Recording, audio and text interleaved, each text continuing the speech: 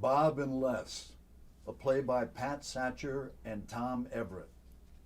Tom will be playing Bob, Pat will be playing Les, Jon Snow will be playing Rick, and your reader is Mike Wiles. Day 1, late afternoon. House lights dim to black. As the stage lights slowly fade up, we hear the singular notes of an old piano poorly playing the first few notes of Caro mio ben by Tommasio Giordani. A little town in Oklahoma, the late 1960s. Brief silence. We see a carefully manicured interior of a small house. Upstage right is Bob's room / guest room. Upstage left is Leslie's. On Bob's wall, a print, perhaps a Chagall. On Leslie's, a Matisse. Below Leslie's room is a rustic kitchen decorated in the style and colors of Claude Modet's Kitchen at Giverny. A radio sits on the kitchen counter. We hear it playing a classical station. A large opera poster of Joan Sutherland from Lucia di Lammermoor hangs on the wall of the entrance. We hear the sound of a car arriving, stopping, engine being turned off, and the conversation off stage of Bob and Rick. Bob Shamus James is a choral director at a small college, 72 years old. Rick Lattimore is one of Bob's students, 18, engaging, polite, steadfast. Here we are. I so love coming here. It always reminds me of Christmas each and every time. Where are we? Middle of nowhere? You're not going to kill me, are you? Absolutely. You're in the company of a mass murderer. And did you bring the tie? The tie. Did you bring the tie? Tie? For the opera. I told you before we left we were going to the opera. Opera? Yes, the opera. I repeated it in the car. Bob opens the front door. Be so kind as to grab my suitcase, will you? Leslie! Bob enters and sees the large poster of Joan Sutherland. Mwah! Joni, I've missed you. Leslie! Leslie Warrington walks in from the kitchen. You know, Bob, people have lives to live. Huh? What, traffic stop for Den? You must have, He is interrupted by Rick entering, hands full of suitcases, guitar case, a large weathered book of arias, and a rolled up newspaper. I found this paper almost off the porch. Rick hands newspaper to Bob, who sets it on the table. Hello? Oh, right. Rick, allow me to introduce you. This is Leslie Warrington, the other mass murderer. That's close, Bob. One more hour pacing around and waiting. Well, what a surprise. Well, you must be the Rick that's attached to the beautiful voice that Bob didn't tell me about. The phone works, Bob. Your mother called 5 times already. Well, I didn't know I knew so much about Whitman's samplers. Oh, what did Mama have to say? What do you think, Bob? She wanted to know if you still loved her. Isn't that what all mothers want to hear from their little baby boys? We have company, please. All right? Yes, we do have company. His name is Rick, Bob. Rick, Bob, and me. Oh, that's what it says in tonight's program. You have a mother, too, don't you, Rick? Yeah, could I call her, do you think? I told her I want you to tell her where I am, how it's going. See, it's universal. Never-ending umbilical cord turns into a python. Please refrain from that. You like mashed potatoes, Rick? Yeah. My mom puts corn in them, makes sort of a pancake and fries them. Perfect gourmet. You like leftovers, I hope. Whatever you're serving will be absolutely fine, Leslie. Anything else Mother said? Yes, she wants to know if you and I could come and jump out of her 101st birthday cake. That would be fun, wouldn't it, Rick? Jumping out of a cake. Yeah, I saw that in an Al Capone movie once. The guy jumps out of a cake and shoots everyone at the party. Yeah, well, I think you're onto something there, Rick. I am sorry, Leslie. It was a drive. I'm sure Rick was being a bit too careful with the convertible, being the convertible it is, the bends, the crooks, the nooks, the ups, the downs. I get the picture, Bob. It just isn't the easiest drive. Do you mind if I make that call? Oh, look, show Rick where the bedroom is. There's a phone on the nightstand. You make your call, Collector. And I'll prepare the burnt steak and the burnt potatoes and the wilted salad and refry some refried beans. No problem. I like to eat almost anything, anytime. That's good. This is one step just above anything. I tell you, Rick drove like the wind, like a Jean-Paul Belmondo. My God, what an excellent wheelsman. Not the greatest at remembering bow ties. We're going to the opera matinee tomorrow, and he forgets his bow tie. Can you imagine? Well, you two will work out that tragedy. Look, I am going to hurry and set up the table, and you just check yourselves in. This way to the quarters, Rick. Rick and Bob cross to the guest bedroom, 2 single beds. Leslie sets the table, turns off the radio. Bob crosses to a chest of drawers, takes out a box of bow ties. Feast your eyes on these bow ties. Pick the one you like, first drawer or second, your choice. Without waiting for Rick, Bob takes a strand tie out of one of the drawers. Here, He places it in front of Rick's neck. very nice. You know how to tie one of these? Not really. No, not to worry. I'll help you in the morning. Let me give you some privacy. Bob exits the bedroom. Rick puts his suitcase to the side, turns the lamp on, finds the phone, picks it up, dials. Collect call from Rick. Hi, Mom. Yeah, it's me. I know it's late. Nothing wrong. Just a long drive. Nice, yeah. Very nice. Very clean. His friend has a lot of paintings. My gosh. Leslie. His friend is Leslie. I don't know. I suppose they could be. They might be. You and I talked about this, Mom. No problem, right? Good. And still nothing to worry about, okay? Good. A single. I think it's a single. Small. Like big enough for one pillow. That's a single, right? Okay, then it's a single. Opera tomorrow, right. Of course I got clean underwear, Mom. Jesus. Oh, I need to get a bow tie for concerts and stuff for the school year. It's okay. Mr. James has one for me this time. You and me will go to Lambeer's, buy one at Christmas. All right? That'll be fun. I can't give you the number here, Mom. I'm sorry. I've got to call collect. Leslie's house rules. Hey, nobody's going to die in the next 48 hours. Besides, I know you'd give it to Dad. I don't want him calling there, that's for sure. And why do you have to tell Dad everything we talk about, Mom? Isn't there some stuff that could just stay between the two of us? I know he loves me too, but Jesus Christ, I got an earful right after the two of you talked about me coming over here this weekend. Yeah, me and him talked about that too. 2 years, get the degree, I'll think about officer candidate school afterwards. Yes, that's what I told him. OCS after I get my associate's degree, Mom. Jesus Christ, I'm not stupid. I know I got an opportunity here. I told him that. Anyway, 2 years here. By that time, Nam will be over, right? So no problem, right? Me and Dad are on the same page. Me and you are on the same page, right? Good? Whew, okay. Rick stands up, pretending that Les is calling about dinner. Oh, coming! Hey, it's dinner here, Mom. I'll call you tomorrow and tell Dad everything's fine here. No worries.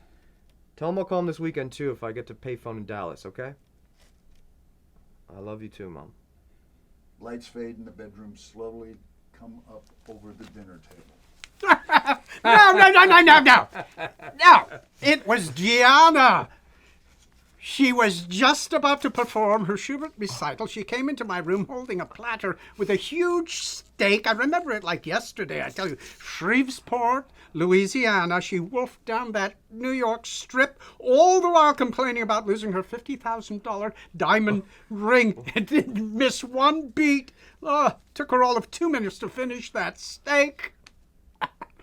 You wouldn't do that, would you, Rick? Eat a steak in 2 minutes? Depends on what's for dessert. Before a recital? I mean, you wouldn't eat a steak. Would you, Rick? I don't know what you're supposed to do before a recital. If I was hungry. How many songs does it take to sing a recital? 12. 16. Depends on the strength of the voice. You probably start with 6. 2 in Italian, 2 in German, 2 in French, perhaps. I don't know any of those languages. You learn phonetically. Mimic what you hear. Mimic. Mimic. Well, how about knowing the song? Knowing? Nobody knows what they're saying anymore. I mean, what happened to knowledge? You must have left the planet at the same time dressing nicely left. My dad got a new suit every birthday, every Christmas. Even after the... Anyway, that's where I learned how to dress. Well, I learned, from my sisters. We played soldiers and dolls and... I like playing soldiers and dolls, too. I like playing with bigger ones now. I don't doubt that. Speaking of dolls, my mother, she was a knockout. Oh my God, she could really dazzle the old man. I developed my taste in clothes from my father's cleaning business. The customers would come into the little shop with their haute couture gowns and suits. Their patronage actually became my incubation period for discernment of fine fashion. I remember the first suit I paid my own money for, azure blue, narrowest of pinstripes, the most beautiful fabric in the... I wonder what happened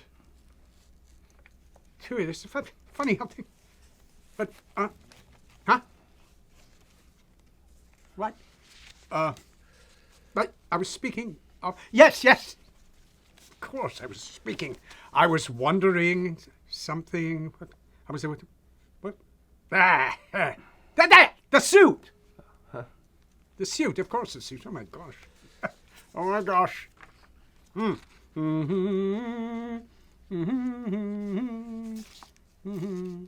Stilted silence. Rick and Les exchange a look of concern.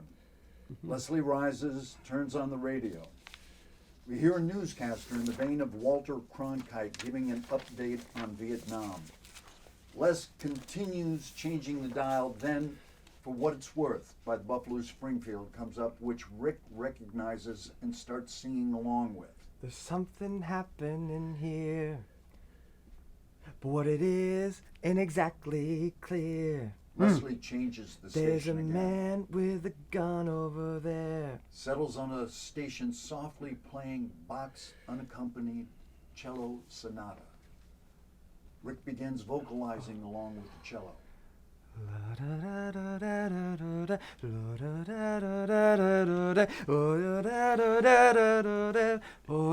Did you hear the resonance in his instrument, Leslie? Merely 1,000th of 1 iota of his potential. I have them all sing along with this particular sonata because the resonance and vibration of the cello and the voice are so simpatico. You see that. How does it feel to be a singer, Rick? I don't know. I appreciate the scholarship, is all I know. God gave you a gift. Simply honor the gift. Our little scholarship is but his earthly servant's means of supporting his divine gift to you. Many are called, few are chosen, and who does the choosing? You do, Rick. I'm sorry I heard the symposium before. Coffee? Tea? Ice cream. Oh. You like ice cream, don't you, Rick? I eat it till the cows come home. Well, there's no cows here. Chocolate or chocolate? Chocolate for me. Me too. Well, Lorna Doones, too. Leslie exits. Are you okay? How did you start singing? We never discussed that. My mother, sort of my mother. Oh, your mother liked to sing. She wanted to be a concert pianist, actually, but she was young, 15. I don't know. I think it was the wrong time. I think you're right. Women were supposed to stay at home in those days. I imagine she did stay home. She worked. She edited for a book company, but she played all the sonatas and stuff, like at home. She had me sit right next to her when she played. Mothers can be so smart. I'm not talking book smart. I'm talking mom smart. Mom smart. Mom smart. Yes, not every child can choose the paths on their own. Thank God your mother was so bright in encouraging you with your music. She shepherded in you very likely the possibility one day of your becoming a professional musician, a classical opera singer, perhaps. Not me. No, not you yet. I didn't have a mom smart mother in the same way as you did. Mama didn't and doesn't possess the same background in music as your mother possessed. She'll get to heaven before all of us combined, but anyway, I made the choice for music on my own. I got very close to what I wanted professionally. I've told you all about that. And I'm here in your life, Rick, perhaps, just to scoot you a little further down the road your mother began to excavate for you. I wonder what's taking him so long. What if I don't want to be any of those things? Say I want to be a pilot or a baseball player. But music never leaves one's soul. Excuse me, you will find yourself singing or tinkling on a piano somewhere. You have a door with me here. I've opened it. You've stepped through it. Simply look around. Don't worry what you're doing in the room. The room is simply part of your mother having been smart. Right? Leslie enters. Head cook and bottle washer. You were talking about choices. Oh, I'm sure you were. Well, let's all eat now before this runs off the plate. Leslie serves the ice cream. After 4 spoonfuls, Rick stands, puts his napkin down, and says, oh, do you mind? I don't mean to be rude. I'm kind of tired. Look, the blue towels are for you. Thank you. Rick exits to the guest room. We watch him unpack, unlatch his guitar case, reposition his book of arias. Don't tell me you did Choices 101, Bob. Bob the boy's on vacation, not Camp Bob. I mean, eats a bowl of ice cream in 3 seconds. He just wants out. I wish I had someone like me when I was his age. Well, you had me. And the good news is you still do. You have me in spite of you broke all of that promise all over the floor to me. In spite of a promise that I broke all over the floor? What promise are you speaking Well, you about? promised that we're going to the opening matinee at the Dallas Opera this season. When did I promise that? 10 months ago. And you told me you were going to bring one of your scholar chippies over here again. Scholar Chippies, how dare you? If you're referring to the current recipient of the Dr. Robert James Memorial Vocal Scholarship, then we can speak, but speak decently to me, and speak decently of the recipient. Oh, my God. You told me. You promised no more students. I don't recall that. Well, I don't believe you. God, thank God I had some leftovers so you wouldn't go hungry. Why the fuck didn't you warn me? I apologize. I didn't tell you of his accompanying me. That was unfair. Must have slipped my mind. Dotage is the bane of advanced age. I'm sorry. Please forgive me. Forgive me. You seem to be having a record of slipping lately, Robert. Let's move forward. Full of good cheer and forgiveness, shall we, please? It's good to see you, darling. I would so love for you to hear him really sing full out, you know? Oh, what do I know? I look at ladies' feet all day. Anyway, you know as well as I that the whole thing is just a grind. Singing? There's not a grind in the world if you love singing, my dear. It's another day of creating for those who love it. It's a snippy little backstabbing world, and moms and pops running out, filling in the air with my kid this and my kid that. God, I get it all day from 5 slender to 11 long. God, had I known my mother talked about me that way, I would have cut her lips off. That's just the beginning. It's when you get by the beginning and the competition is less and... Oh, Bob, it's more. It's just more. I mean, the money factors in, and the girls and the guys and the lovers hover, and people with glitter in their eyes pull up to your front door with your life because you've become something they couldn't be. Oh, you think it's great. You've never been there, really. I was close. What? I did get close. What? Coast to coast, flipping pages with some half-ass accompanist, and when he wasn't fingering the keys, he was holding on to dear life at the bottom of a bottle of I scotch? didn't know you could be so mean. I know you can be mean, but not this mean. Mean? I was holding on to the other end of that goddamn telephone listening to you at 4 in the morning crying your eyes out because that straight alcoholic son of a bitch, Ivory Tinkler, wouldn't go to bed with you. I drove over here for this. Well, just look at me, would you? Leslie turns up the radio. We see Rick begin to try to listen to the conversation. He stands up and goes over to the door and presses his ear so he can hear. I let you be who you can't be most of the time. I love you for letting me be the same.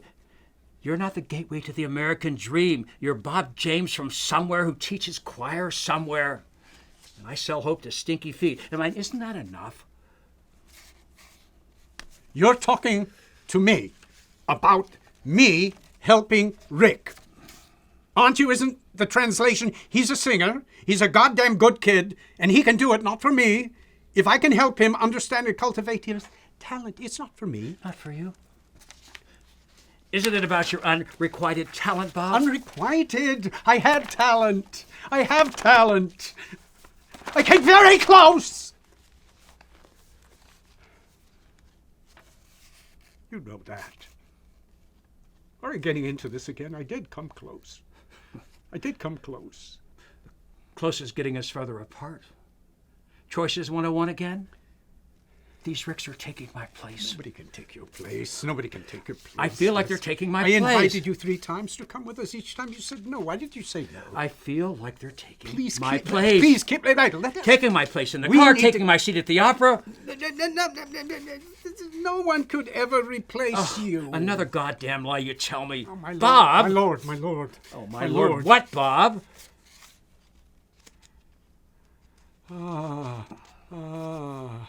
So any slight happiness that maybe I have now, you don't want to... Singing the last aria of La Boheme. What is that word you're being... It's something noxious. What is that word? 21 questions. Just a horrible... Not nicer. 2 words. I will pray for you. That's all I have to say. How in the hell can we get back to Happyville? How can we get back to Happyville? I don't know. How can we? You need a spotlight. Look, I could arrange that. I could put it up 4 feet above your head and everybody will see you. Oscar, Oscar, Oscar. Betty Davis, Betty Davis. Whatever happened to Bob Shamus, James? Let me just shut up. I know that's your wish. I will now shut up. Go ahead. Speak. I simply hope you can rediscover your niceties. Rick takes the book of arias, sits down on the bed with it, and starts thumbing through it. Floor is yours, Mr. Warrington. Use it wisely. 62 years since we first met.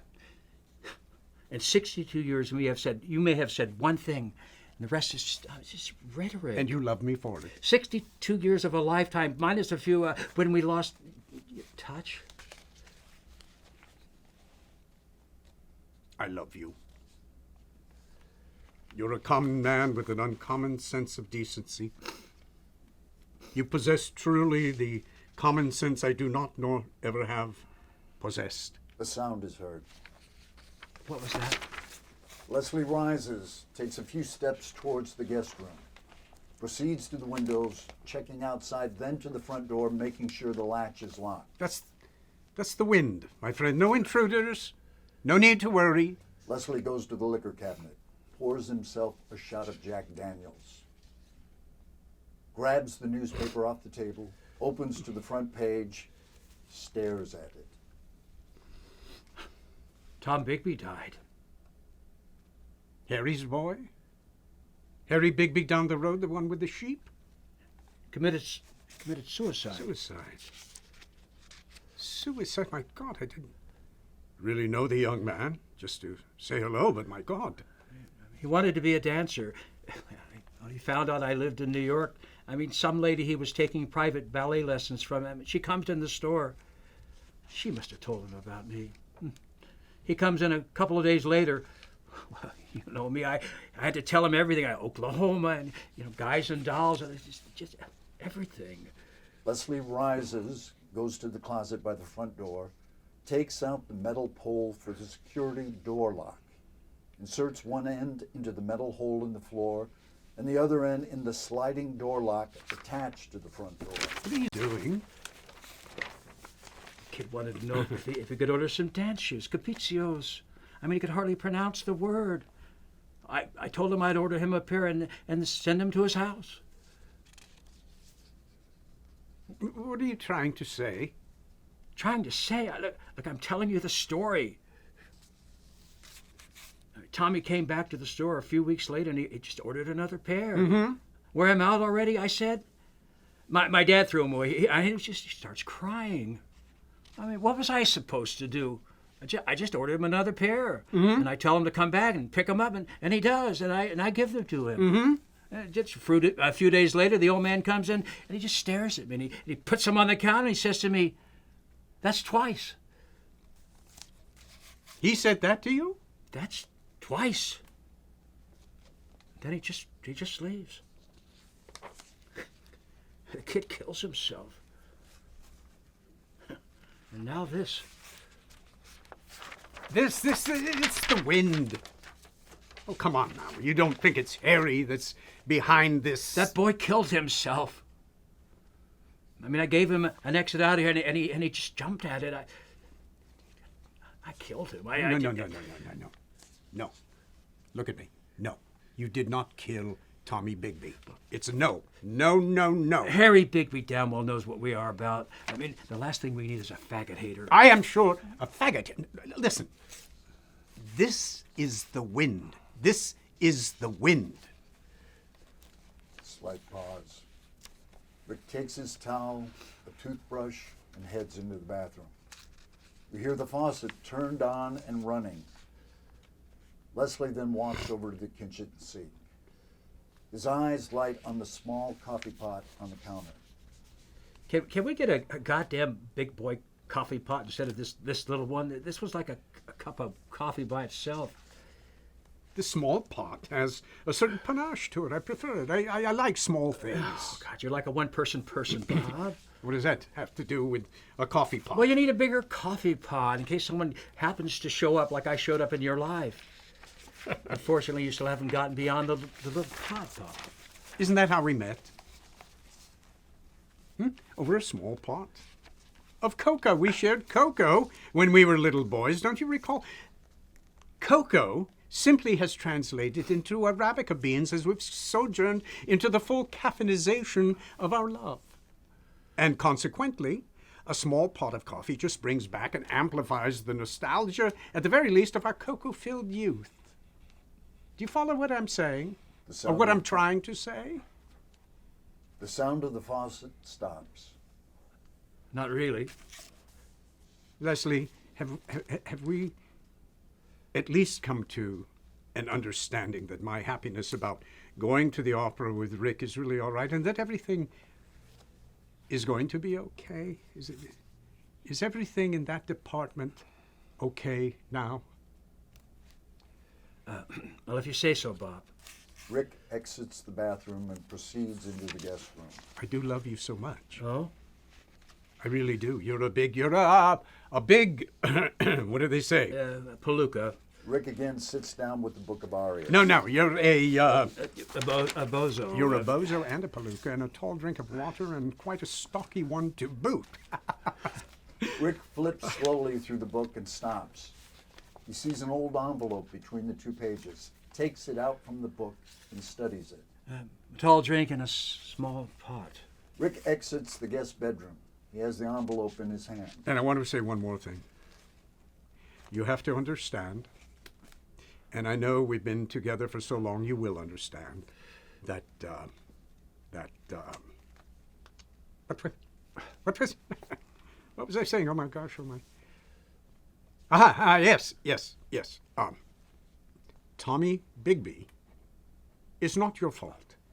Rick comes into their vision. Yes? Sorry, I didn't mean to bother you. I was just reading the Book of Arias you gave me, and Yeah, Mr. James. yes. I found this envelope in there. I thought you might need it. I thought you might want it. Wait, why are you giving me this now? He found it in your book of arias. I mean, he's just being a gentleman. I thank you for your kindness. It must have totally slipped my noggin that I'd left it there in the first place. My God, why would I have left it there and then give you that book? Can you imagine? Hey, the mind. Oh my God, the mind. Thank you. Thank you so much, Rick. Thank you. Bob takes the envelope from Rick. What? He puts the envelope in his pocket. What? This is nothing. Well, why are you being so evasive? I'm not being Bob evasive. turns off the radio. I'm not being evasive. Leslie, I thanked the young man. Didn't I thank you? That's it. Nothing. All done. Nothing in the realm of evasiveness. Share with us what the letter's about, Bob. This is a private correspondence that merits no divulgence. Oh, nice try, Bob. After 62 years, there is no private. Then allow me to take, as they say in football parlance, a bye on the subject. Blowing air up my dress. I'm sorry, Rick. It's an expression you can use when you get older. I will speak of this to you, Leslie, at another time. I don't really want to go into this right now. Do you mind? No. You should say something. I said I will speak to you about this at another time. I'm very sorry, Rick. Were we disturbing you? Yeah? Were we disturbing you? No, no. It was just in the book, Mr. James. I was just reading the book. Yes, totally all right. Leslie and I were simply hashing around parts of life. We didn't mean to bother you. I think we should all retire to our... Let's go. Rick, let's go back in there. Try to sleep. We have a very big day tomorrow. Let me read it now, Bob. Excuse me. The letter. Let me. I think that... I think Rick and I have a very big day tomorrow. Don't you, Leslie? Whatever. Thank you. So, you're going to the opera in Dallas, and you're... Yeah. Yeah. Well, I think we are. We still are, aren't we, Mr. James? Of course we are. Well, that's great. That's...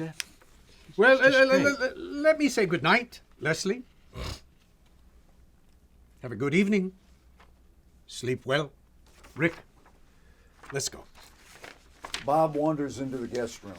Rick and Leslie look at each other, then Rick follows Bob into their room. Lights begin to dim. Rick and Bob get into their separate beds.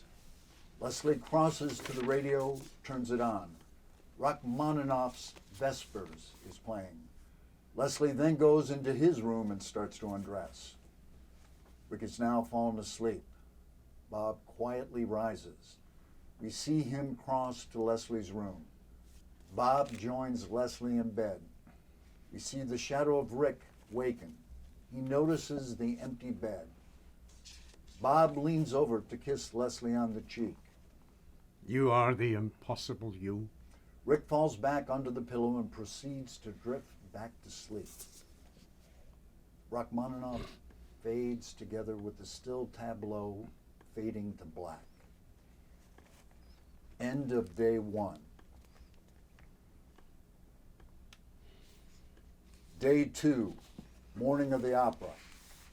Lights come up on the guest bedroom where we see Rick still sleeping and Bob dressed in his tuxedo and bow tie, ready for the opera. Simultaneously, lights rise even more slowly in the kitchen where we make out Leslie finishing making coffee and taking toast out of the toaster oven.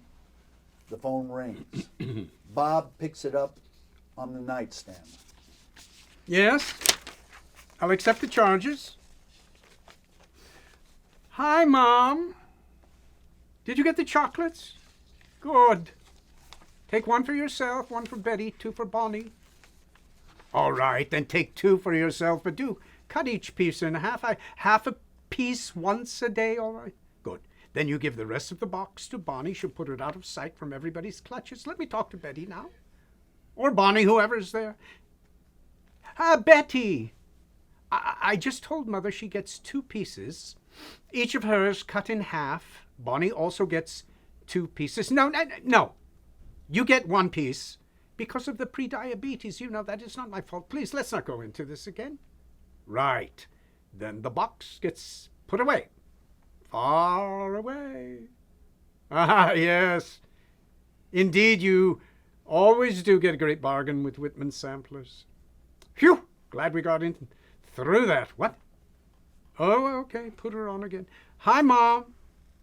Leslie wants to say hi. Leslie! Pick up the phone. I said Leslie wants to say hello to you. Les picks up the phone in the kitchen. Bob hangs up his extension. Hi, Mrs. James. It's Leslie. Leslie? Bob's friend? We've met. Oh, you know me. Well, how are you? Oh, you sound wonderful. Well, I overheard about the chocolates. Oh, I like them too, Mrs. James. Bob enters the kitchen. You know, there comes a time when we shouldn't eat so many. You know, they stop up the sink, cause a flood. You understand? Yes, Mrs. James. Bob is a lovely guy, and I'm lucky to have him as a friend. Bob takes the phone back. Leslie picks up and thumbs through a Neiman Marcus catalog. I'm the lucky guy, Mom, to have Leslie as a friend.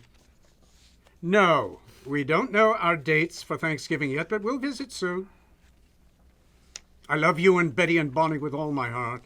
I'll call you guys tomorrow. I love you too. Leslie says goodbye too. Leslie? Leslie, my friend? She hung up.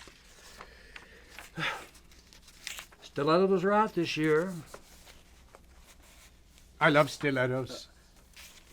Oh, look, Bob. Neiman's is offering a trip to Egypt hosted by the world's stellar fashion designers. Camel rides and pyramids. With all the stilettos you can wear. Right, Bob. Me and you and Vera Maxwell and Jacques Ruehl and Nina Ricci and Christian Dior. I mean, it should be fun, especially with the camels. And you can impress them with your Edwardian suits and your blistering repartee. Oh, my God, finding something for your mother that she might remember other than just Whitman samplers. Well, how about bedroom slippers? The ones with the glitter and the feathers? Draws your memory away from chocolates, turtles, and Queen for a Day. I loved that show. Didn't you? All the refrigerators, the stoves, the Seamobiles, and the automobiles, my God. Maybe she'd like an old Peter, Paul, and Mary album or something from Mitch Miller. What do you think? Make a photo album. From the day you were born, your first recital, graduation. I mean, she'll enjoy that. I mean, we can have fun with that. She'll adore that. How about something for you? Little ladybug flower replicas? No. Look at this. Bookends with little elf hats. I could use those. No! Selfish! Choose not to give in to my baser instincts. It's a no. Oh, why change, Robert? I mean, you could use the bookends to stack all your opera scores on your piano, and you can get them out of my kitchen. Your kitchen? Our kitchen? Our... Listen, darling, I know you're a tiny bit jealous, but I do not want to do the you-know-what with him. It's you and me, Mr. Warrington, always was and always will be. You know that. I do. I think you do. I get who you are. Never, ever. Oh, my God. You don't have to go to the opera, Bob. We're having one right now. How many young men do you think I have brought over here, Leslie, over a course of 37 years? How many? Maybe 7. That's not a lot, my dear. And nothing ever happened with any of them. Are you feeling guilty about this? No, I simply want to set the record straight and make you comfortable. Comfortable? 8 o'clock in the morning? Cooked a steak dinner last night and you were late for, and you run in here and suddenly this morning I wake up with your mother calling, talking about what? Chocolates. Again. She's 101, and she's down to one word. Chocolates. Comfortable? I know you make joy in making fun of Mother, but what would it take to make you really happy? Finding a young gentleman whom you could instruct to put a big fat woman's foot into a capezio? Is that what would make you happy? I don't know really. What would it take to make you happy? Having you. Ah, you have charm.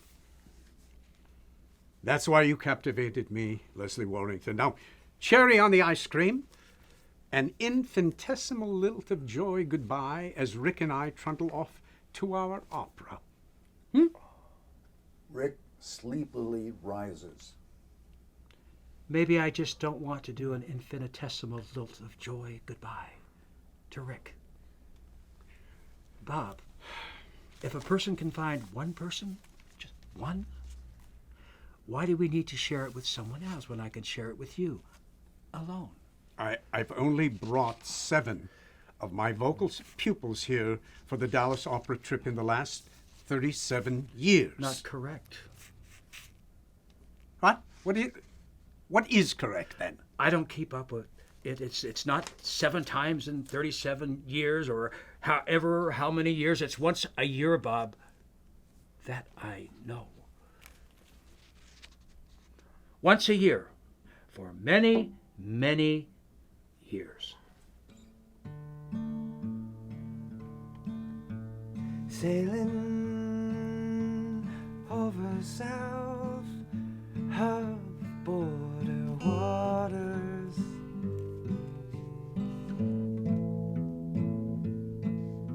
a lovely rhythmic lady on the shore awaits me. I've been saving all my daydreams from saving them tonight. Now I look to the starboard and my port is inside.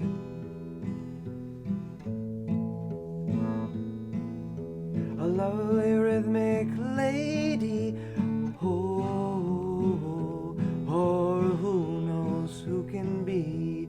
All the mermaids love the sea.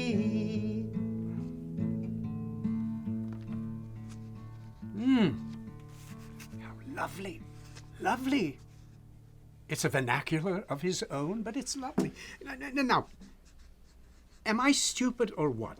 Back to our conversation. I'm saying 7 times in 37 years, and you're saying once a year?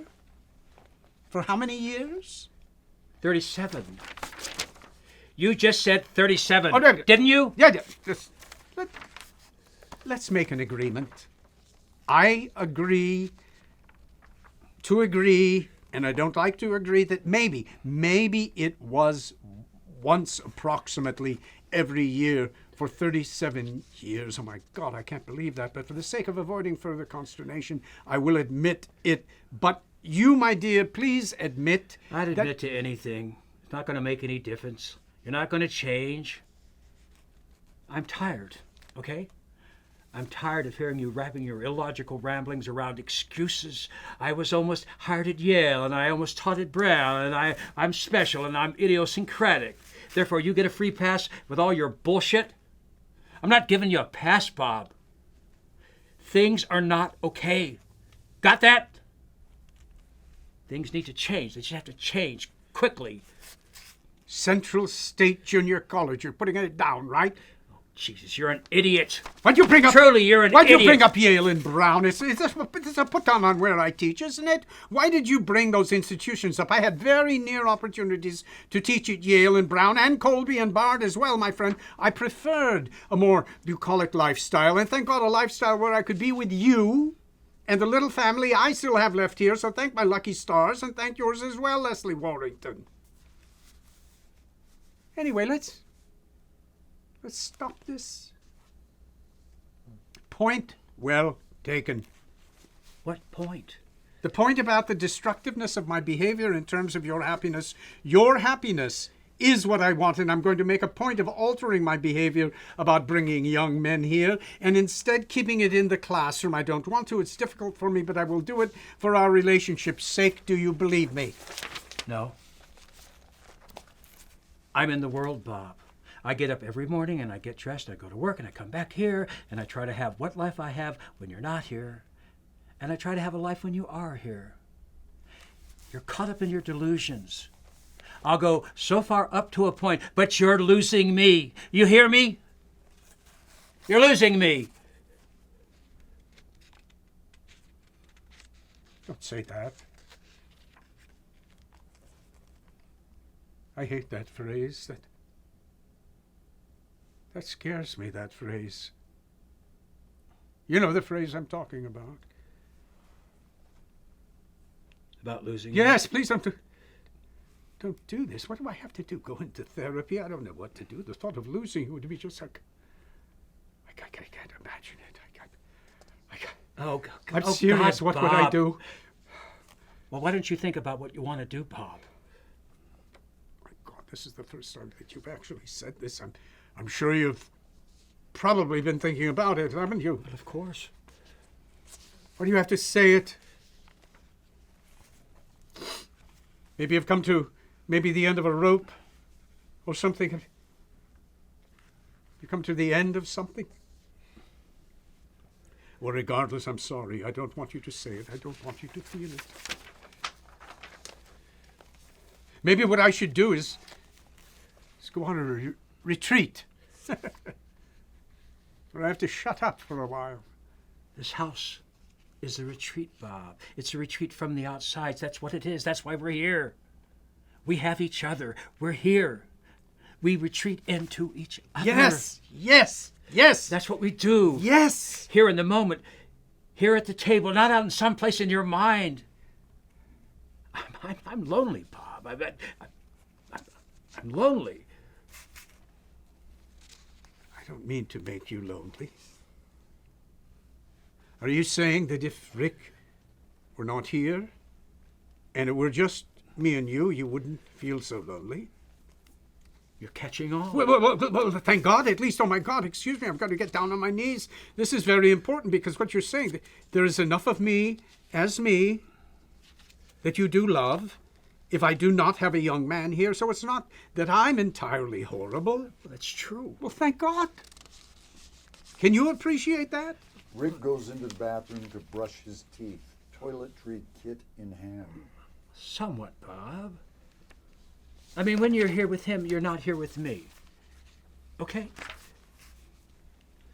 If once every year I bring someone here, and that's like, say, 2 days, 1 night. How many days in a year? 350 something. So why can't I have my 2 days, 1 night out of each year? Because we have 348 some days where you're feeling good about me.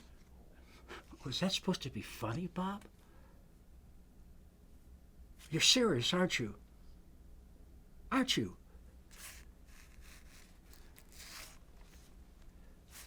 All right.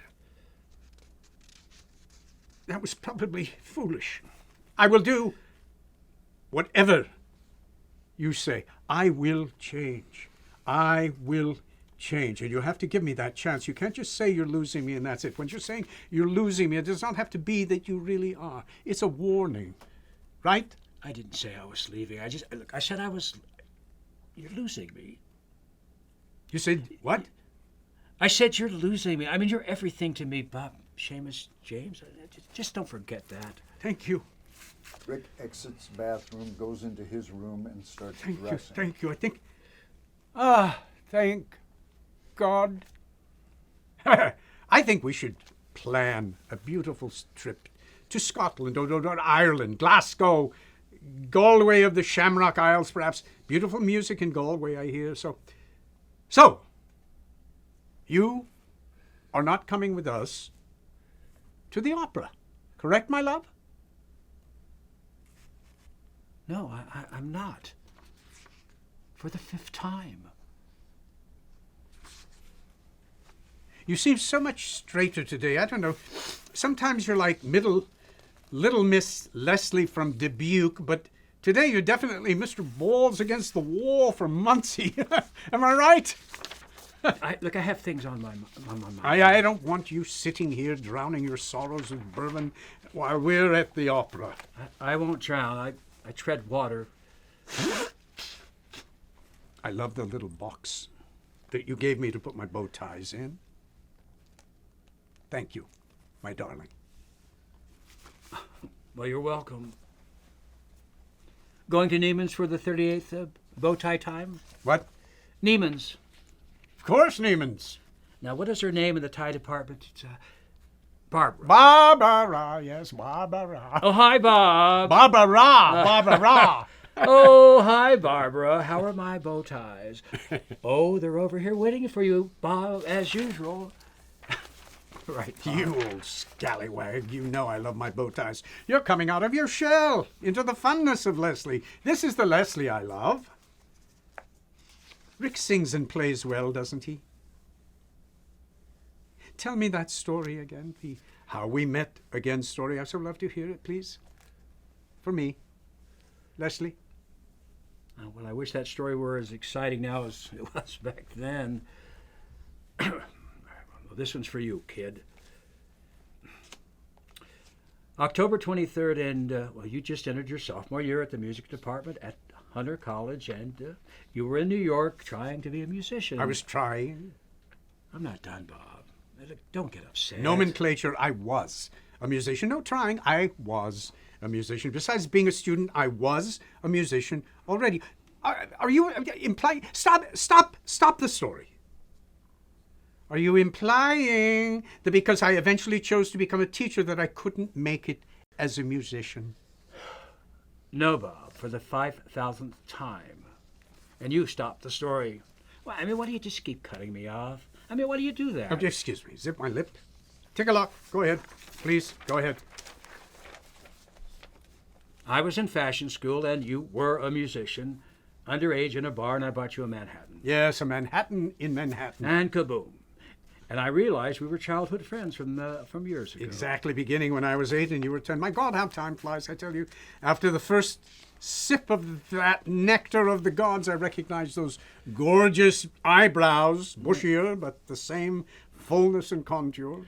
And you needed to be friends. Yes, and we became friends again. It had been so long ago. Yes. And we had no idea we both landed in New York City. Miraculous. And we traveled so far to find each other. Kismet, Leslie, kismet of the good Lord. And I thank our Savior every day for that. I also thank you for that sweet retelling of our story.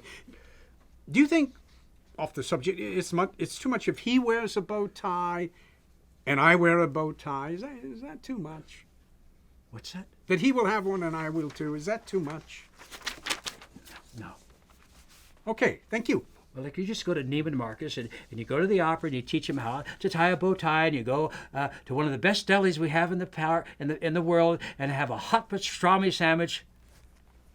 I hope he remembers it. I hope he adores it. I did whenever we went to the opera. And we will have many more opportunities to go again. Rick exits the bedroom. He enters the living room, dressed to the nines, holding his bow tie, crosses to Bob, hands him the bow tie. My. You're looking dapper. Thank you, Leslie. After Bob puts the bow tie on Rick, he turns to Leslie. Will you follow us and wave to us at the door? I love you so much. Come on, Rick. Bob shepherds Rick to the upstage front door. Leslie follows them and slides the floor lock into its open position, turns the front door knob, opens the door. They exit, and Leslie does indeed wave to them through the open front door with his back to the audience.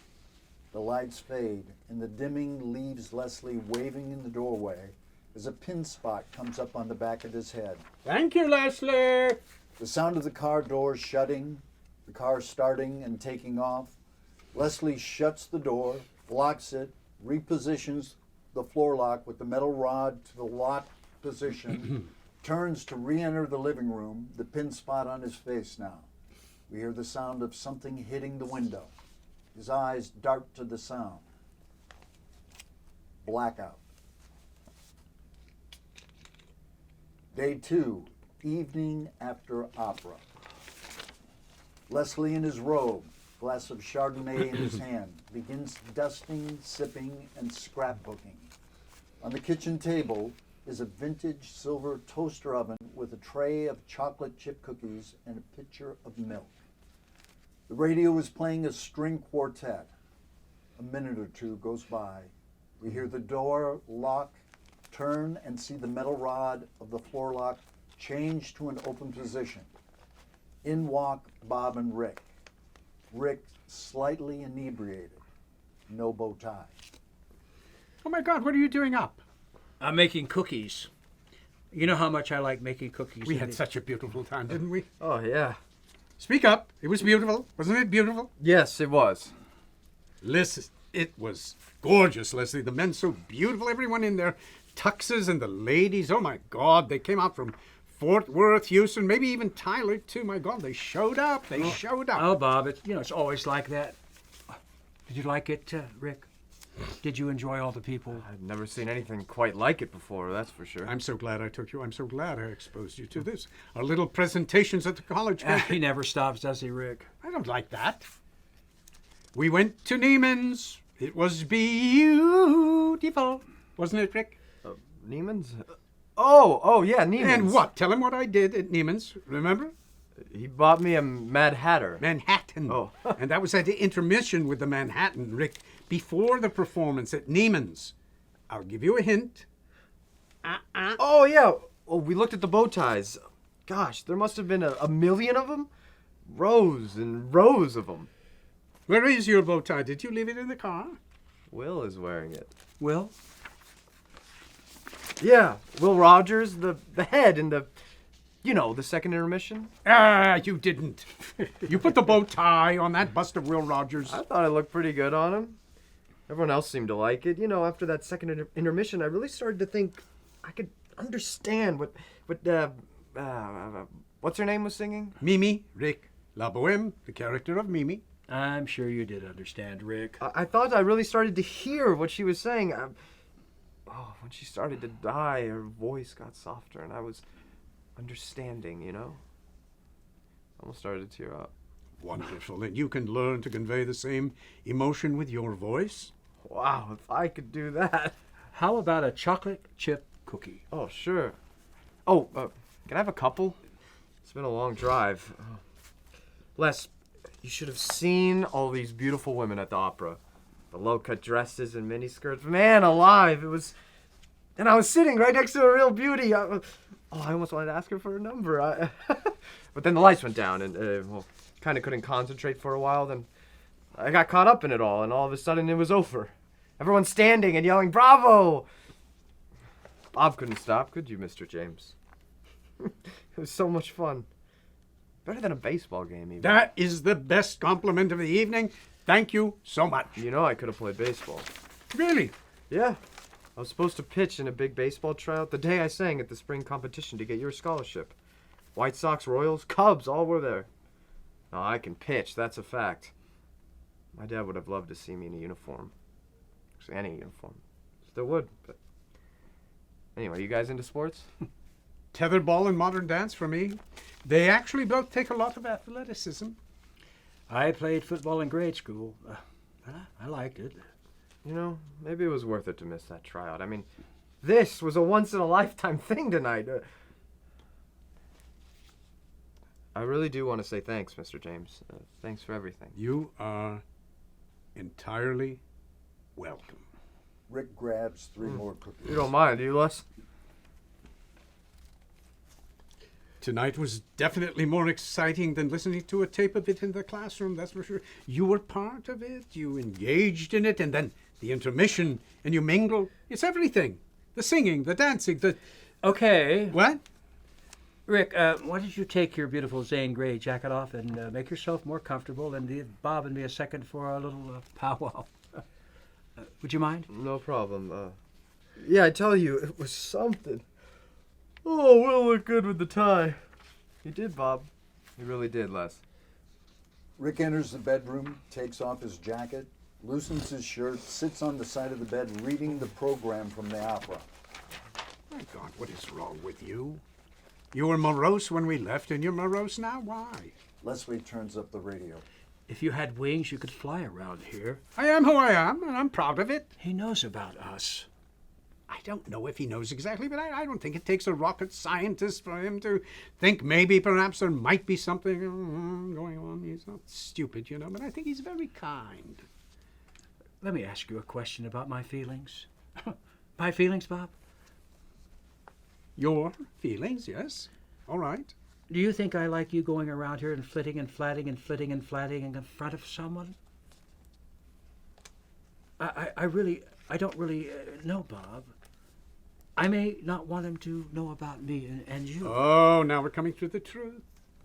You're adopting a little bit more of the machismo, Leslie, in front of him because you don't want to confirm the truth to him. Is that what you're saying? If I don't act machismo about our secret and our life, don't go out of your way to turn on the lights about our life, please. I don't have that filter. Obviously. Thank God I don't have that filter. This is our house, and it's our life. Leslie, there's a closet in every house. We have a house, there's nothing but closets. Well, I am not closeted, my God, especially in this house. He's not upset. He's intelligent and more than likely says to himself, oh, two men living with each other, so what? I don't think we're blowing his mind. I'm the one who's upset, Bob. People are changing, but not in Oklahoma, not yet. Rick has a life. He also has part of that thing you love bringing into this house like a cat bringing in a dead bird. See, this is what I've done today, and this is why I'm a cat. You're not a cat. You're a person, and he's a person. Look, let the kid grow up on his own time. I will let him grow. I could go into that room right now, say, you know, we've had a beautiful experience. That's it. You don't understand. You don't understand the argument we're having. Bob turns the radio up a little more. You take me for a pervert? Not a pervert exactly. Leaning towards that. No, I'm not. No, you're not. No, I'm not a pervert. Not yet. Not yet. I've never been one unless you say you and I are perverts, and some people do. I am not a pervert. You may not be a pervert, though you cross-dress from one persona to the next. Deep down, you can't stand yourself for being queer. Now, can you? We hear the sound of something hitting a window in the back of the house. Rick runs out of the bedroom as Les goes right to the front door to lock the door latch. Oh, God, not again. I didn't mean anything bad to happen to Tommy. I was sitting on the bed. Something hits the window. Should I go out and take a look? Look, just wait a minute. I'll come with you. Les grabs a flashlight, removes the metal rod from the front door floor lock, carrying it as a weapon, and the two of them go outside. Bob goes to one window and then to another, trying to see what is happening out there. We hear the movement and rustling of branches. About a minute goes by and Rick enters holding first a bird in his hand. It was below the window out back. I hope he's okay. He's still shivering. Oh, I hope I'm not scaring him to death. Look, here, put it in the basket, and we'll cover him up with this napkin, and go set it on the porch. And we'll see how he's doing in the morning. I hope he doesn't end up dying. I'd feel so guilty if he died. Les then goes to the front door, opens it, signals to Rick. Rick puts the basket out on the porch and re-enters. Les puts the metal rod back in place, slides the floor lock back into the lock position, and also locks the door latch. I think we've had quite a day. Don't you, Rick? I think you're right, Mr. James. Good night, Leslie. Well, we'll take care of the bird in the morning. Sleep well. I hope you do too. Good night, Mr. James. Good night. Les goes to the liquor cabinet and pours himself a shot. You want one? Why not? A nightcap might be just what the doctor ordered. No one said you were a pervert, Bob. At least no one in this house. Outside, that's a whole other question. You prance around, put the tuxedo on, go to the opera, go to wherever you go, you come back and you flit your flare.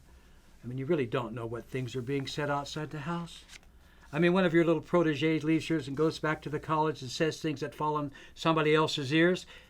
That person says, Jesus Christ, Rick, that goddamn guy's a goddamn queer. And you're in trouble. And I'm in trouble. You get it now, Bob? Thank God we've never had a repercussion like that. Oh, so far. Other than Harry Bigby. And I think you got Harry all wrong. Dead wrong. We get more repercussion from the grocery store attendant up the road, giving us a dirty look occasionally, than from me going somewhere with someone like Rick. But all right, if you want me not to befriend a student over the age of consent and bring him over here, I already told you. He's not your overage kid, a friend. He has a life. I'm more than willing to support your opera and more than willing to support your educating people. I don't like making chocolate chip cookies in the middle of the night. I'm so goddamn worried they're gonna pick you up and throw you on the ground and get in your face about your life. I'm sorry, that's just the way it is with me and with you. And now we have Tommy Bigby's father, whether you like it or not, admit it or not, see it or not. I am sure there is nothing to worry about Harry Bigby. He's a very decent man from the little I know. Which is very little. Be it as it may, back to Rick Lattimore, if we may. I appreciate your concern. How do we resolve this? We have the young man in the house. At what point today or tomorrow do I drive him back to the school? Simple question. Take him home as usual. Take him home. For the last time. Okay? For the last time.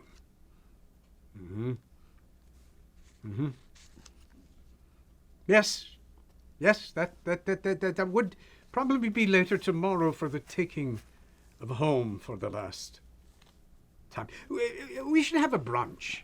A brunch as only you can prepare. Sausages, eggs Benedict, crispy buttered English muffins, apricot preserves, quiche, Arabica coffee, grapes, figs, and orange juice. I will, of course, aid and abet. After brunch, approximately 11 a.m., he and I will drive back to Central State. Fine. But ease up on the Julia Childs, could you? My shortwave can't handle the channel tonight. Not to worry one iota, Leslie. I'm tuned into your frequency for eternity and beyond. Great, Bob. Les looks at Bob for a long beat. He turns off the radio and walks into his bedroom as Bob stares after him. Bob then retires to his bedroom. Rick is asleep. Bob undresses, tiptoes to Leslie's bedroom, tries the door is locked. Bob returns to the guest bedroom, shuts his door, turns down the lights, gets under the covers. Fade out. End of day 2. Day 3, early morning before departure. Lights come up in the guest bedroom. We see 2 suitcases, mostly packed, on Bob's bed. Rick is still sleeping in the other bed. Lights in the main room and kitchen come up, where we see Bob and Les sitting and drinking coffee. Do you remember when we were in Boy Scouts? We'd all raise our hands, make the Scouts honor sign. Was it like what are they doing now? The peace sign. It wasn't the peace sign exactly. I just can't remember how we used to make that sign. I woke up obsessing about it. Do you remember? Do you remember I wanted to do the Scouts honor sign for you this morning? Well, you haven't gotten much beyond the Scouts, much less the honor, Bob. Remember the Cub Scout sign? No. I know you do if you put your thinking cap on. You're so much more steady than me. I repeat that because I know it. I'm not saying you're brighter, though you might even be brighter, and God forbid the possibility of a shoe salesman being brighter than a PhD. Oh my God! Oh my God! Do you ever want to grow up, Bob? What? I mean, if you went back in time and found out when you stopped, you might come up to whatever age you are now. I believe you're right.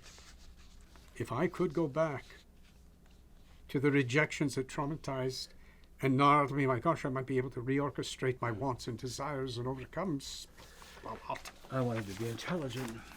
What? Yeah, it's my turn. Once in a while, it's my turn. I wanted to be honor that. I honor that it is your turn. Once in a while. Go ahead. I just wanted to be intelligent and handsome. I just happen to be both. Once. Oh. Mr. Jethro Clampett with brains? Yeah, well, people just kept pushing me around in their little worlds of, oh, he's so handsome, and da-da-da-da-da-da-da-da-da, and it's just on and on. Oh, come on. Wasn't my fault. Oh, I understand, Jethro. Well, you probably I weren't a understand. good-looking person when you were young, and I was until... Did you say I was or wasn't good looking? I said was not. How dare you? You wanted to be so intelligent, you talked yourself out of having a brain. I am very metaphysical, that's true, but you, my dear, seem to be stuck on your fat slob self this morning. I'm not stuck on myself. If you're so special, how the hell do you end up in a shoe store? I don't mean to be rude. I'm a designer. I have foot brains. I like shoes. I've always liked them. I like your shoes. I like your feet without shoes. But let's divert, shall we? Rick is going home. Rick is going home. What yes. about our future? Well, on the drive back to the college, you should think about that. Could I make up a song on the way? Leslie, my dearest Leslie. Are you having fun, Bob? Why don't you make up a song about making up your mind, about being here with me when you're here? That's pretty good lyrics, if I do say so for myself. Leslie crosses upstage. Bob follows him with his eyes as Les enters the bathroom. Are you going to tinkle? That's rude. Interrupting our recitals for that, Mr. Warrington. Clean the toilet around the rim, please.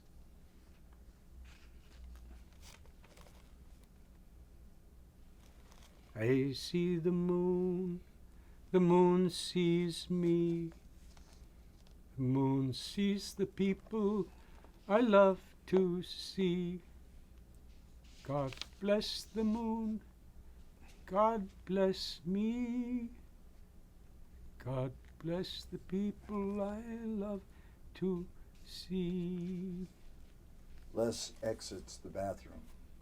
He stands and listens as Bob again sings the nursery rhyme. I see the moon sees me. The moon sees the people I love to see. God bless the moon, and God bless me, and God bless the people I love to see.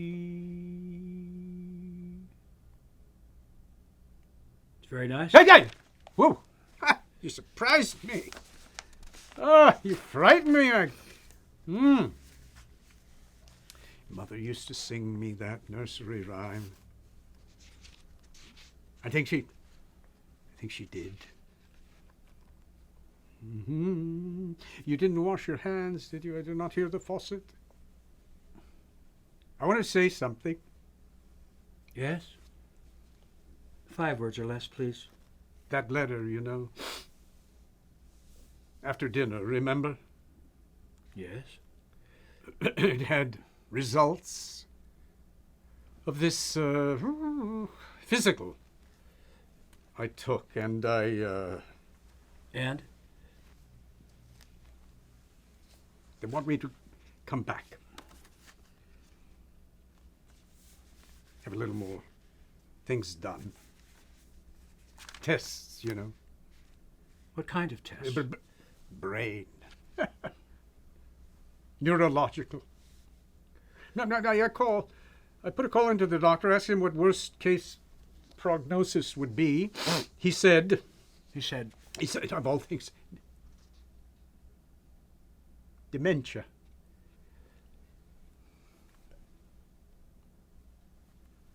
All the way to a tumor is what he said to me, followed by hopefully nothing. He also said, which I rather choose to believe. And I'm not saying any of this to frighten you, Leslie, just sharing what he said. I'm sorry I didn't tell you about this before. Is it my turn to make up a song? Everything, it'll be fine. With your test, Bob. Thank you. My dearest, what would happen if indeed something were to happen to me? Sometimes I think of that if something were to happen to you. Why don't you just have another horrible thought? Why don't you? Look, I don't attach myself to many people, and when I do, I try to hold on to them. I'm holding on to you right now as hard as I can, Bob. You understand that? I'm not going to let you fall. I didn't let you fall into grade school, and I didn't let you fall in New York, and I'm not going to let you fall now. So don't say to me that you're losing me. I've heard that phrase too many more times than once. The person who indubitably says goodbye is not me. All right. Leslie takes Bob's hand. Look, when I said losing, I didn't mean that kind of losing. I meant, confusing me. Okay? Thank you for holding my hand. We've both put a lot of work into this relationship. I really do love you, and I appreciate what you said to me just now. I will try. I will try to change. We'll change. Look, I hide behind walls. I know that. Look, I will try to change. Thank you for saying that also, dear Leslie. Just live with me now, Bob. That's all. I mean, you bring these kids here and you fill them up with your high hopes. I mean, what if one of these days one of them comes back and asks for help? You want him to see you as the Wizard of Oz? I've only wanted the best for my students, either as future professional artists or as amateurs who might incorporate music into their humdrum lives as an addendum to their existence. Oh, just forget them. I'm talking about our dreams. I mean, that's what I'm interested in. I want us to really live with each other for however long we still have left. I think we need some fresh coffee. They both rise, and Bob begins to make the coffee as Les opens the liquor cabinet, reaches in for the bottle of Jack Daniels, then puts the bottle back. He takes a breath, begins humming an aria from Federico's Lament. E la solita storia del pastore, il povero ragazzo volavano cotarla. Head tones, my dear. Head tones. Bob, I mean, get off my stage. Sorry.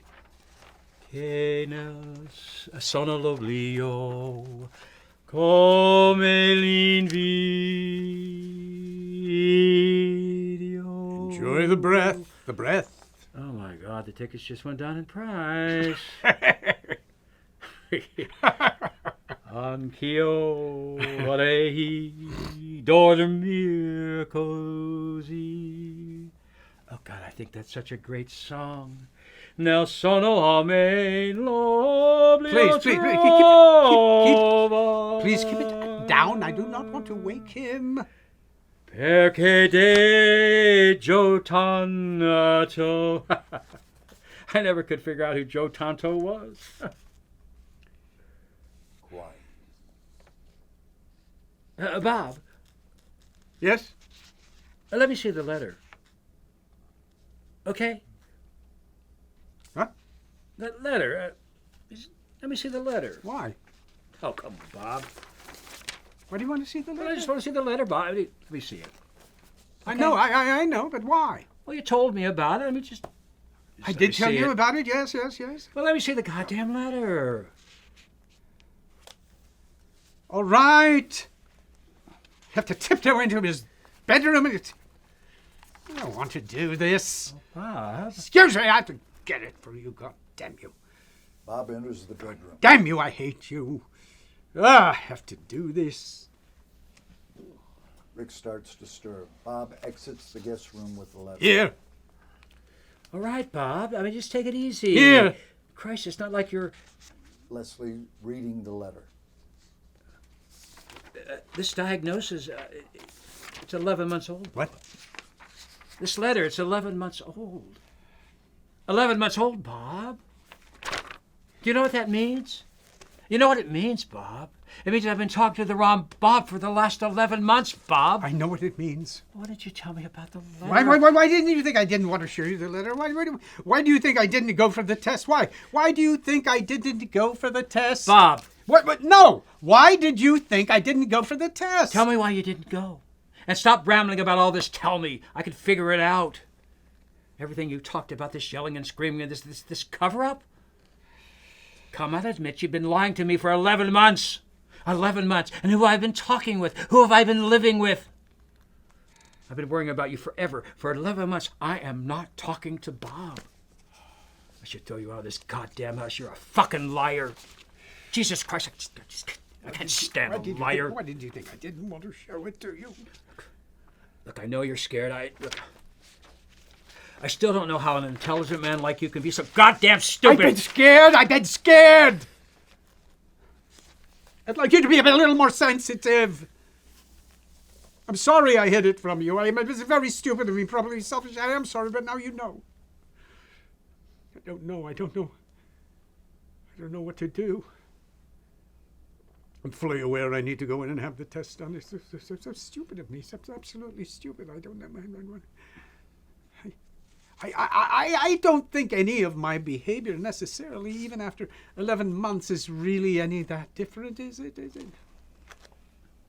Do you think it is? I mean, I've always had a rather overly dramatic persona, always been a little bit, you know what I mean? Do you think I'm losing it any more now than I was 11 months ago, Leslie? Do you?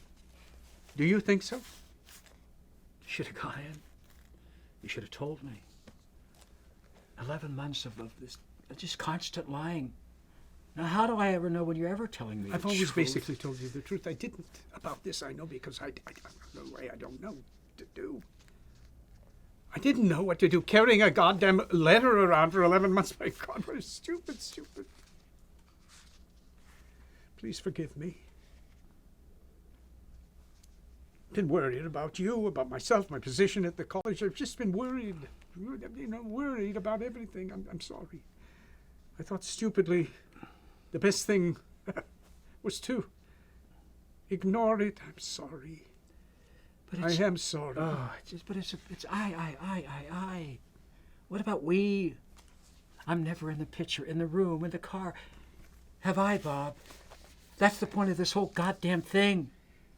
He opens the liquor, pours himself a drink, gulps it down, and just stares at the glass. I should have left you there. What? It could have been anybody, Bob, right, Bob? Anybody that night. That story, you know that story, the one you liked so well. The How We Met in Manhattan story? Bingo. It could have been anybody that might. Anybody, figuratively or literally, right? Are you going down this path now, Leslie? It's a highway, Bob, and it's 4 lanes coming home to Daddy. And that bar and that night, I came in for a one-night stand. I'll roll in the hay and bury my heart in, and suddenly I look up, and there you are. I was there for a fuck, and you were there desperate to rebound into anybody's arms with a pulse, and your straight penis had told you to eat shit. And here we are today, 40 years later. What a touching basis for a relationship. Foundation was crap from the start. The lies continue, right? A Sears catalog of cover-ups from the beginning. I mean, we could have been 2 wallflowers the rest of our lives, been perfectly happy. Maybe a fuck a lot happier.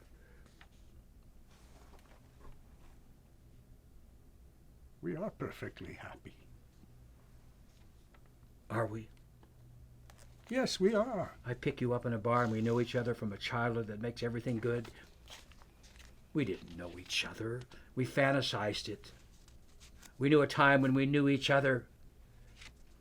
Do you know how many stories I heard about why I am the way I am under the covers, the bridges, or the bathrooms? It's like the Ellis Island of lost souls. I just wanted to be free of feeling so goddamn ashamed for wanting just to be loved. Well, you found me. You found me, and I wanted to be loved too. I took you home, and you told me your sob story, and I saved you. We saved each other, Leslie. We saved each other from loneliness for what? A one-night lifetime? That is so horrible. That is so. We're at the end of the Yellow Brick Road, Bob. That's horrible, and I couldn't be happier. I love you deeply. From the bottom of my heart. whatever, however it began, I will always love you. It ain't built on rock, baby. So what? We have a life together and we love each other. We still love each other. And you think hiding what you hid from me for 11 months is love? I was frightened. You give little credit for me trying to come to grips with this thing, trying not to worry you, trying to... You're full of shit. When are you going to step down off that goddamn platform you live on? Now, you got to get into reality, especially now. I could have helped you 11 months ago. I could have been with you 11 months ago. 11 months of my life down the goddamn drain, and I'm just selfish about it. All right? Rick opens the book of arias, trying not to listen. I didn't mean to be selfish. I'm going to go to the doctor. I'm going to take Rick back to the college. I'm going to call the doctor, and I'm going to... No, you're not. I will call the doctor when I get back. I will call the doctor. I'll make an appointment, and that's what I'm going to do. Is that all right? No. No. Would that be all right? No. We're going to call the what doctor. do you- what do you We mean, are no? going to call the doctor. He's not in this weekend. Well, we'll call him on Monday. Well, how are you going to do that if I'm back in college? Well, I'll go with you. I'll close the store. It's my store. Or look, you can go ahead and take Rick home, and you call the doctor Monday, and after you talk to him, have the doctor call me here. Or give me the number. I'll call the doctor after your conversation. Shake. No. Please. No, shake, Bob. That's so nice of you. Oh, not nice.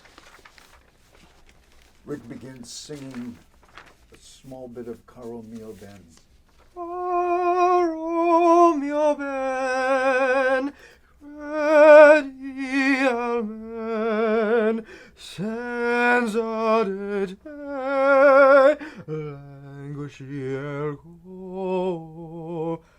Bob pours himself a cup of Caro coffee. mio ben, credi al men, senza di te,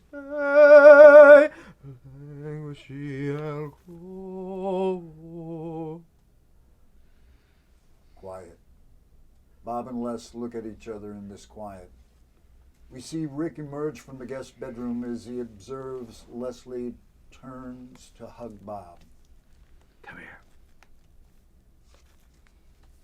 Just call the doctor. Thank you. Bob pulls away, looks into Leslie's eyes, takes his hands, and says, Tell me it's going to be all right, Leslie, please. It'll be all right. Please. It'll be all right. they hug, holding each other, then briefly kiss. Thank you.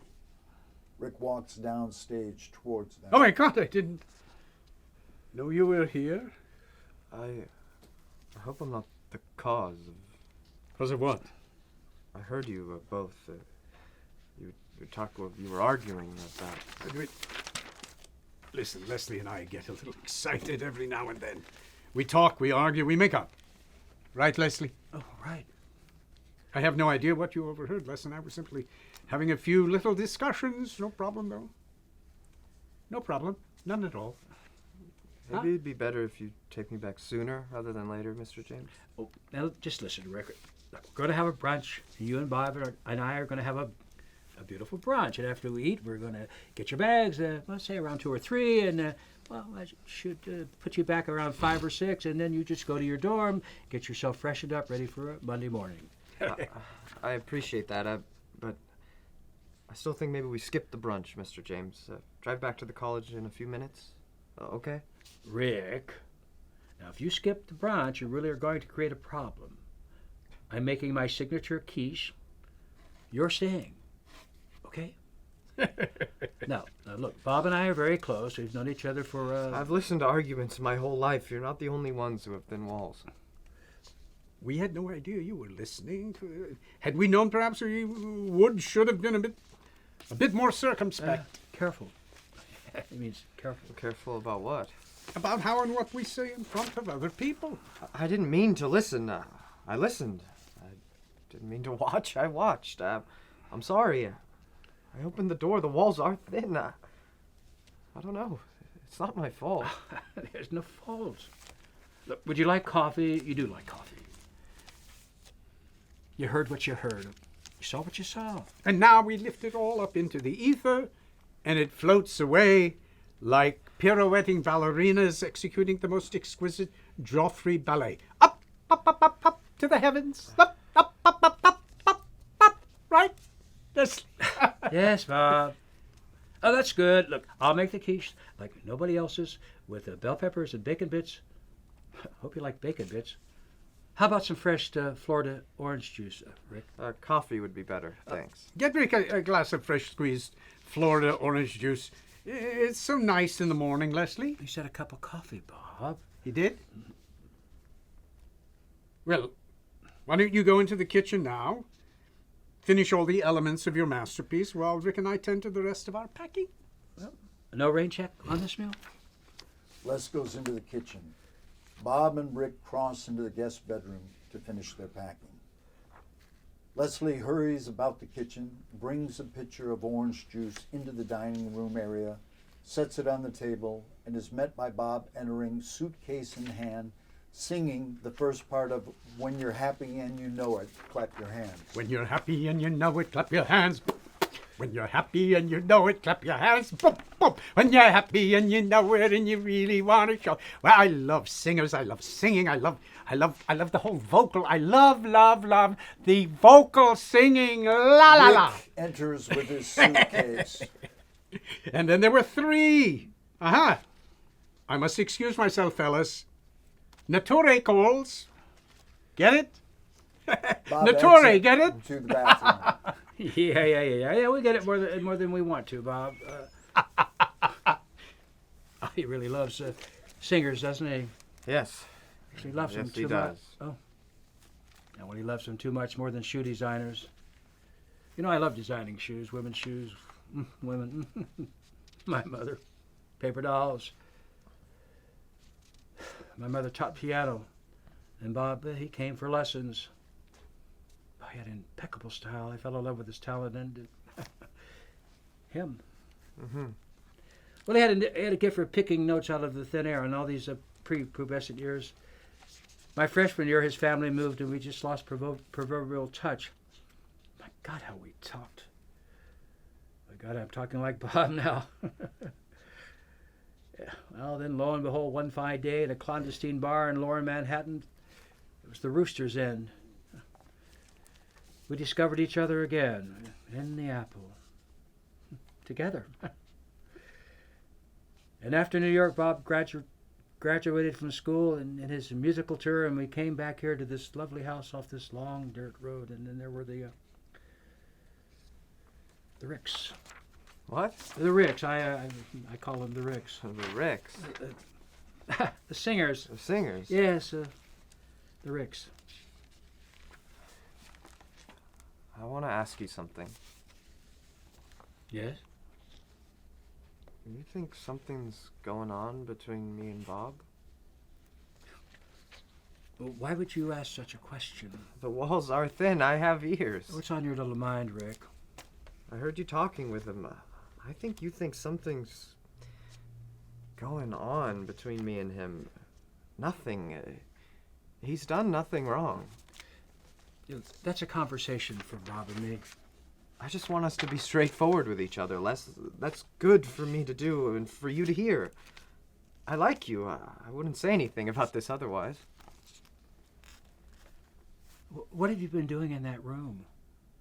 Playing games with your imagination? You said certain things, Les. I said the same things to Bob for the last 30 or 40 or 50 years. And I happened to hear it. Why can't you admit that I might have heard something like what I'm talking about? Why should I?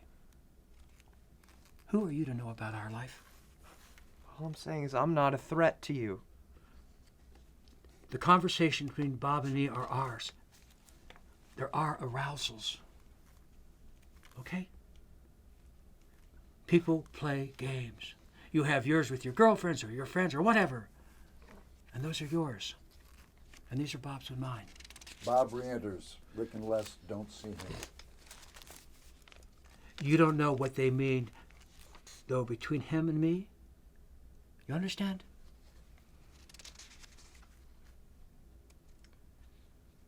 Hello? What did I walk in on? nothing, Bob. Well, something seems in the air. It's nothing. Please don't tell me nothing. Have you said anything in particular to him, Leslie? Did he say anything to you, Rick? Did he say anything to you? It's the wrong path, Bob. We just had a talk, is all. I think you should go into the kitchen and leave us to have a little peace. I don't know what you tried to create here, but I have a feeling it was a bit of the no good. All right? I'll make orange juice. Would you like some? Oh, well, look, if you need anything, you just shout. Les exits.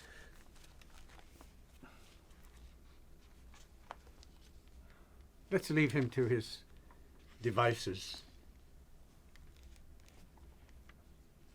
Sunday mornings like today usually found myself at St. Catherine's in the town square, singing in the choir.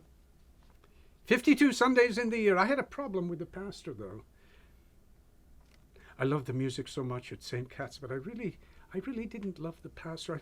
I don't like to say such a thing because he was a man of the cloth. He still is, but there was something about him. There's something about what he said and what he did, and what he did is not what he said, and I do not like that in a human being. I don't like that at all. It's so disturbing to love the church, to love the music, and to find the pastor reprehensible. Don't you agree? And please don't repeat that. You might know some people at St. Catherine's. Huh? No, you don't know anyone at St. Catherine? No. All right. Anyway, I love Sunday mornings. I love the stillness of a Sunday morning. It's available to my selfish need of quiet. Mr. perhaps. James, Mr. Maybe, yes. Bob, Yes. why are you telling me this? I don't know. Suppose I'm attempting a change of the mise en scène out of a desire to float to a happier cloud. Ms. and Zen? The scene as such, away from your and Leslie's conversation, your scene just now. Perhaps I was simply trying to change the tempo, the rhythm of that scene. The scene itself, perhaps because we all need a peaceful refuge to go to in our minds. Not an upsetting one. Don't you agree? That's more than likely why I mentioned the church. The beautiful music in the first place. Peace, peace, peace, tranquility, peace, peace. The mind. What a wondrous invention, isn't it, Rick? I'm so happy that you're here.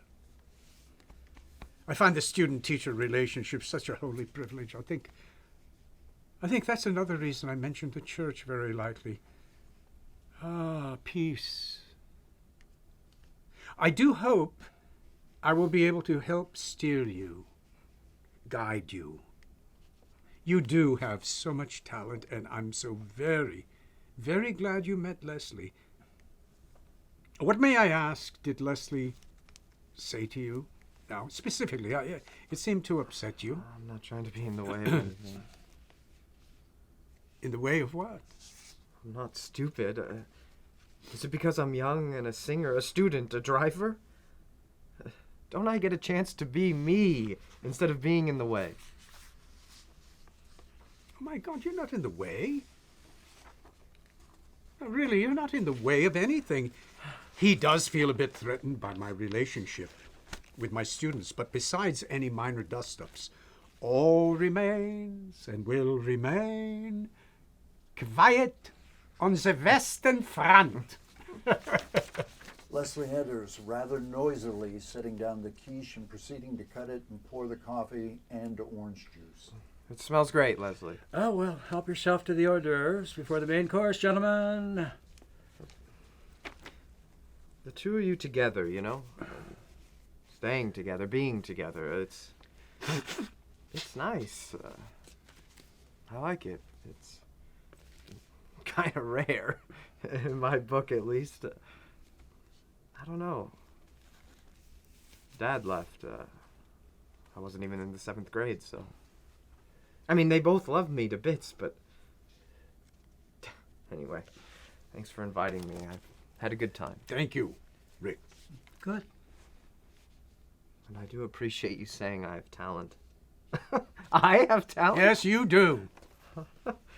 I mean, I might not end up being who or what you want me to be or what you want me to do, Mr. James. And I don't mean to be ungrateful. I just might want a simpler life, you know? Home in the country with a nice girl. Make my own version of a happy family. Do you see what I'm saying? It sounds great, Rick. Right, Bob? Yes. Excuse me again. Leslie exits into the bathroom. Even the kind of music I feel more comfortable with. Stuff I've been playing this weekend. Dad wanted me to do this Methodist music. Well, I like some of the spirituals, the Negro ones more than the white ones, but I'm me, right? I'm me. Yes, And you I- are and you. I- You are you. And I got to find my own voice. Isn't Yes- that the point? Yes, it is. Isn't that what becoming an adult is all about? Yes, it is. Maybe it turns out I become a high school coach out in the boondocks who teaches choir and has a folk band. Beautiful. Who the heck knows? Big right. It's my call, isn't it? Yes, yes, yes. I just don't like people telling me what to do. I don't like my mom doing it in her way. I really don't like my dad doing it in his way. Saying this, saying that, what to do, what not to do. I understand. So what does your dad say to you? You don't want to know what my dad says to me. I do want to know. Well, right now, he talks a lot about you. Me? He talks about me? About you and Leslie. What about me and Leslie? Les exits the bathroom, takes a few steps, and takes note of their conversation, unseen by Bob and Rick. Well, he doesn't approve. Proof of what? Does your father think we're homosexual? Do you think we are homosexual? Do you think that we are homosexual? I told my mom you might be. Mm-hmm. I don't know. I was telling her about this weekend. Well, she mentioned it to my dad because even though they're divorced, they still talk about almost everything when it comes to me. So I told my mom you might be. Told her you've never come on to me. No problem. I like him. I respect him. That's what I said to her. Mom's a very good person, Mr. James. She understands artists and everything. Being one herself, anyway. Next thing I know, I'm getting a call from my dad about me being careful about coming over this weekend. Watching myself, I guess. Do you think we're going to do something to you, Rick? Have I ever given you indication of that? No, I know you're not going to do anything to me. My father doesn't know you, so... Mr. James, I defended you to my father. You told your mother. She told your father. You're the one that started it. That is not defending me. My mother is totally okay with it. With what? With the idea of you being a... You're aren't you? What if I told you, Rick, that I think you're a Oh. fill in the blank? How would that make you feel if someone said that to you? Well, I don't think I am, so I tell them to shut the fuck up. But it's okay for you to think that I'm a fill in the blank. Should I tell you to shut the fuck up? I think if you're not, then I don't think it would bother you that much. And what do you even know about the whole subject, if I may ask? Movies, books, I don't know. I had a friend growing up. Told me he thought he was, I could get the picture without him saying a lot. Anyway, the whole thing. It doesn't scare me, Mr. James. Mhm.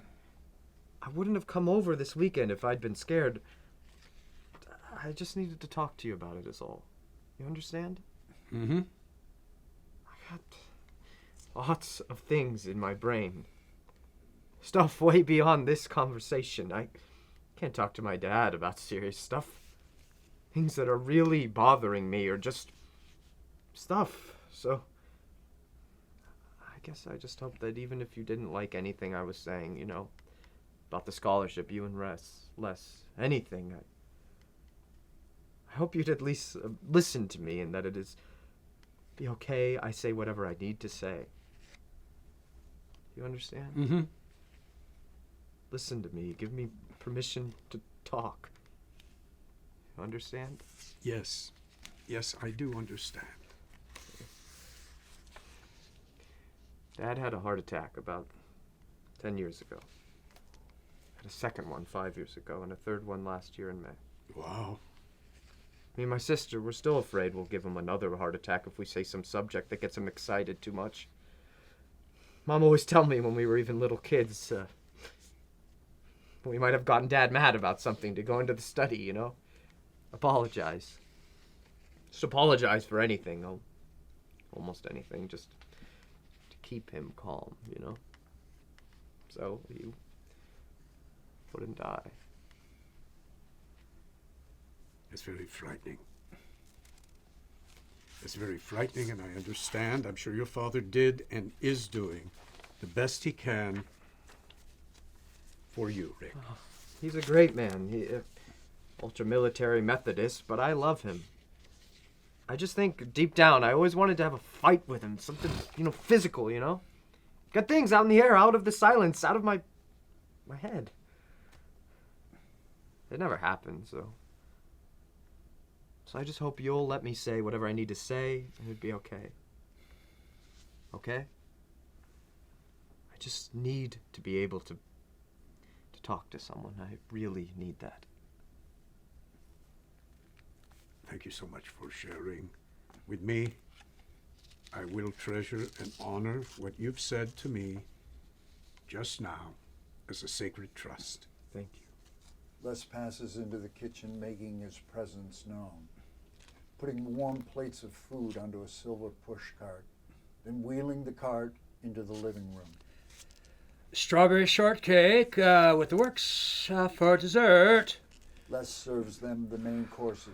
They all start eating. I am so joyous, Rick, that you sense Leslie and my happinesses, because all couples have their ups and downs, the little ups and downs. Silence as they eat. Delicious. Oh, thank you. You know, Leslie and I, actually 3 weeks ago, went to Rose Valley Cemetery and bought 2 plots. And decided we would both be buried side by side. I am so grateful for that. I am so grateful for that. I never thought anybody would want to be buried next to me. And such a beautiful spot on that hill overlooking that valley. We're not dying yet. Bob, let's eat up before we get cold. I don't mind being the brunt of your jokes, Leslie, but sometimes have a little sensitivity, would you? I think it's a very nice story. Why do you like that story? Mom and Dad never bought graves next to each other. Thank you. Thank you. Leslie pours each of them a cup of coffee. Silence.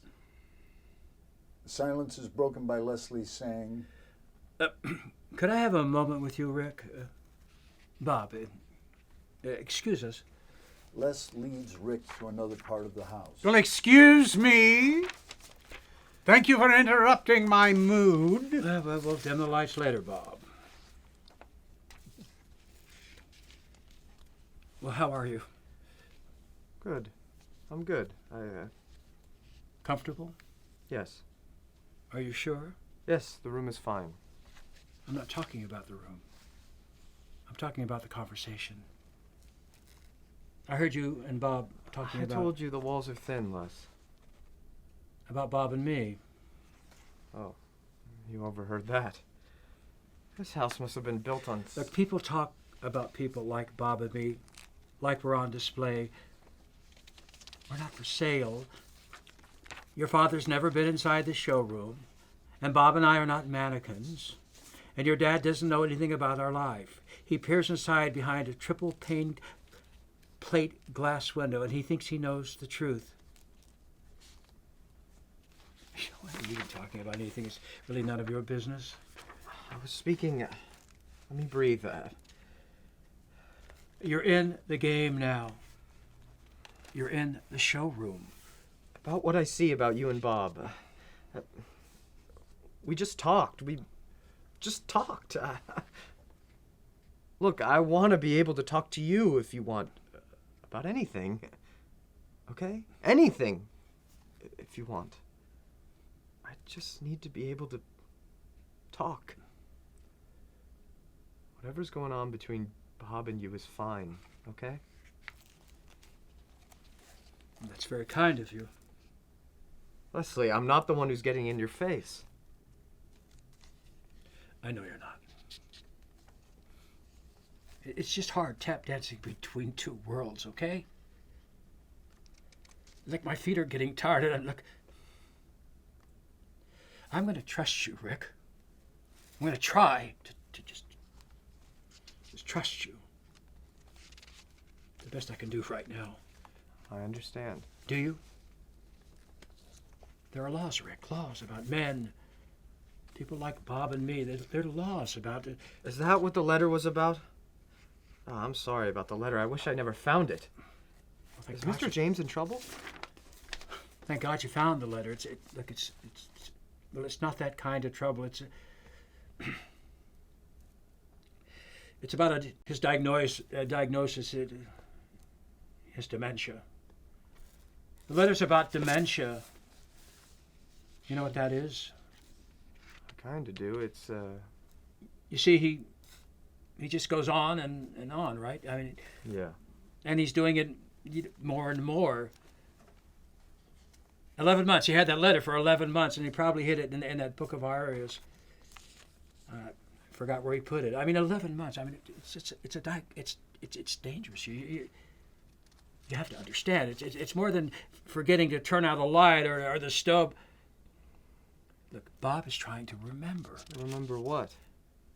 Who he is or who he was. When it's that kind of sickness. He might remember something, whatever that leads people to. To think that he is or we are or who we are. I mean, do you understand? Being who we are is open season in this part of the country. It's against the law. Okay? I mean, he could lose his position, his pension. I could lose the store. We could lose each other. I understand. Do you hate me for listening to all those conversations between you and... That works both ways. You hear us, we hear you. Me and Bob, it's him and me sharing. That's what we do. And that's how we do it. Right. Mom and Dad will yell at each other, make up, do the same thing, you know? Even now. Talk about listening to... You heard me talking about Tommy Bigby? I mean, I was shouting like a banshee. Yeah, I heard. My old man's kind of the same way. Not as crazy, thank you, Jesus. I don't know your dad. And I'm sure he's a lovely guy, and he wants you to be, fly planes or singing. And I mean, he just can't push you out of the nest quite yet. And he will. You'll figure out things on your own. It'll just happen, and that's the only way you'll find out what you love and who you love. I love Bob. When I'm not killing him. It's hard not to love someone who lets you be the way you want to be. It's hard to love someone who's not the way he used to be. Like now, I don't know. If I can live with him the way things are going, I mean with the dementia, I don't know. Like I'm not proud of what I'm thinking. I'm I'm not good at this. Look, he's somewhere. I don't know where.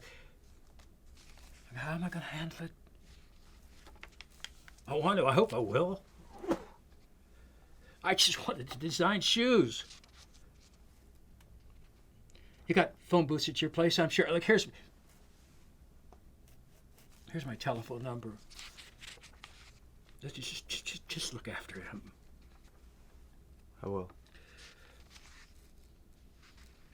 We both love him, right? Yes.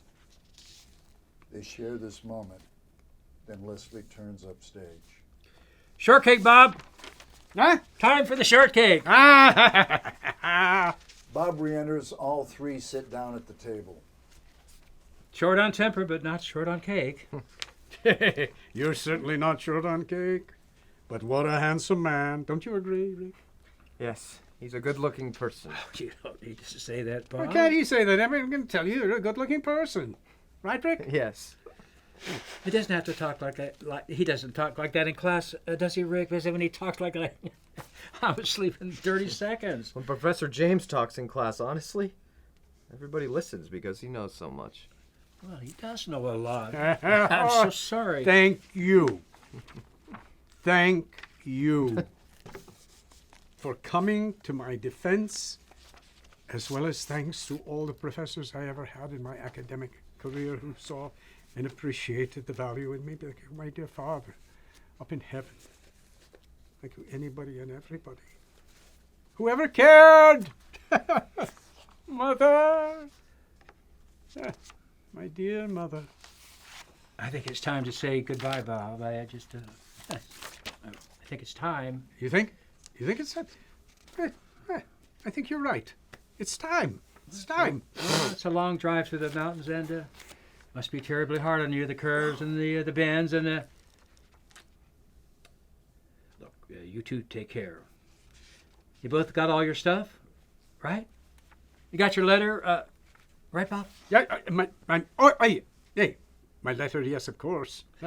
My letter. And so your letter and your bottle of Aramis and your box of bow ties, your tuxedo shirts. Oh, that's good. Bob and Rick rise. They all stand for an awkward few seconds. So, as the wonderful host you are, you'll wave to us in good fashion with an open heart. Anything to add on your end? Nothing, Bob. Can you speak with a bit more joyousness in your delivery? Just a tiny bit, please. Tiny bit. Everything's going to be okay. Okay? Good. Now we're going to take a Robert Shamus. You two need to get started. The door will be open to our domicile in the future. And open with an open heart from both of us. That being said, thank you, Leslie, for the beautiful brunch. And, shall we? I know there's a bright sunshine full of love day and days ahead for all of us. You in your youth, Leslie and I in our older youths, and Oh, my God, Bob. It's starting to sound like a never-ending Wagner opera. Goodbye should be... Goodbye, good luck, so long, farewell. They should be filled with love. You have to understand, he's not always this way. But when he gets this way... Bob is always this way. Yes, I am, and I am proud of my consistency, goddammit, and anybody who doesn't like my consistency... Oh, calm down, Bob. You're going to have a little hearty attack. I love him! A hearty attack. Oh, like the Hardy Boys. Oh, no. Like a hard-on, Bob. Can we elevate this conversation? Well, I think the room temperature's just fine. I don't think they can build a pulpit high enough for you to preach from, Bob. I teach. I do not preach. Huh? I teach anything and everything, and I try to be conservative about it because I am a conservative in the best sense of the word. And do you know why? Do you know why? The tower of your Babel is shaking, Bob. They need me. That's why.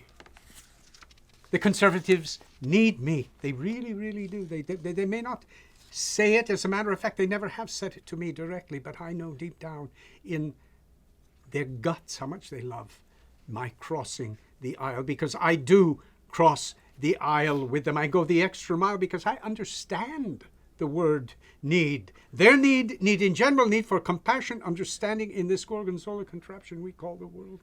And my God, how they repay me.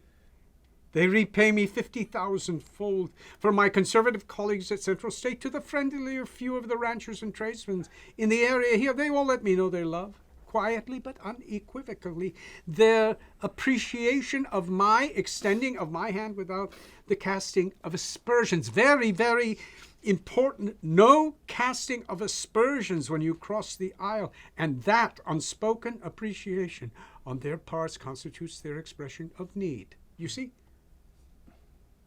I do go all soppy for being needed. That's a fact. I'm sure you would agree. But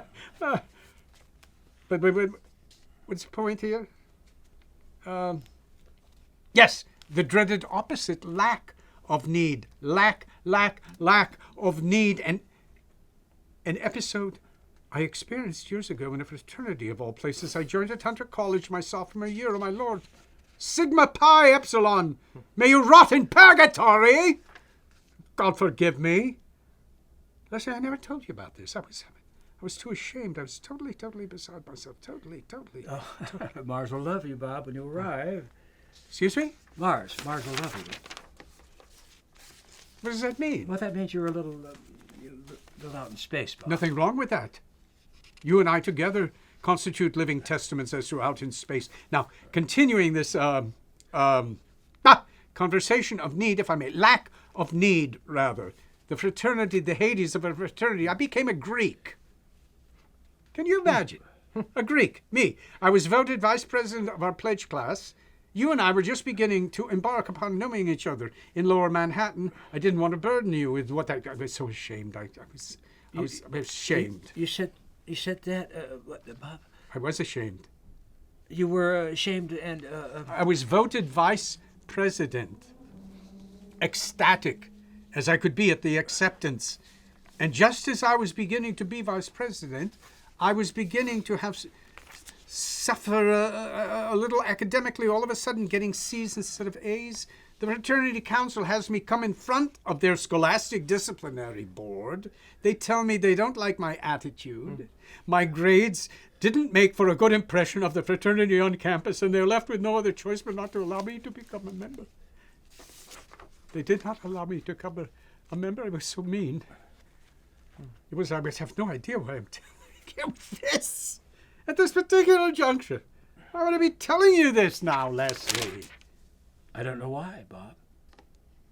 I thought I could help them. I thought, here I am, I can help you. Let me cross the aisle for you, and I did. I trusted they'd return a modicum of something to me. They threw me. They threw me as far as they could throw me to the curb.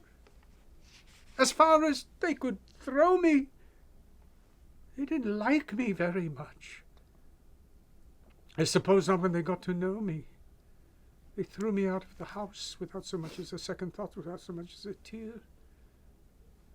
They certainly didn't go the extra mile for me.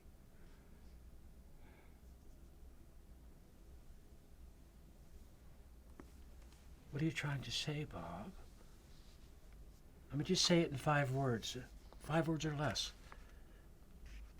Don't you abandon me, Leslie.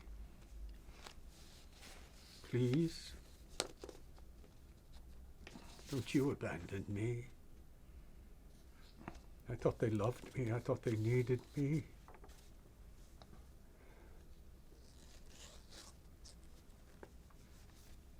Nobody's going to abandon you, Robert. Nobody's going to abandon you. I love you, Leslie. I love you too, Bob. I always will. And listen. Thank you for taking care of my whole life. A beat. Then Bob kisses Leslie. So, now we're saying our goodbyes. You be of good cheer, Mr. Warrington. Keep that smile tilted upward. Give Rick a big handshake and a big hug. Right now. Right now. I'm not going to hug that fucker. What did you just say? Oh, come on, Rick. Leslie hugs Rick and quietly says, Take care of my control freak. I want you to love the man you're going to become. Okay, Rick. Let's be off and running. Don't forget, that's Queen Joni. Thank you for everything, Leslie. All good. All good. All right. Bob opens the front door latch, moving the metal floor rod to the open position. Rick exits with the suitcases and re-enters holding the empty basket. The bird flew away. Beautiful.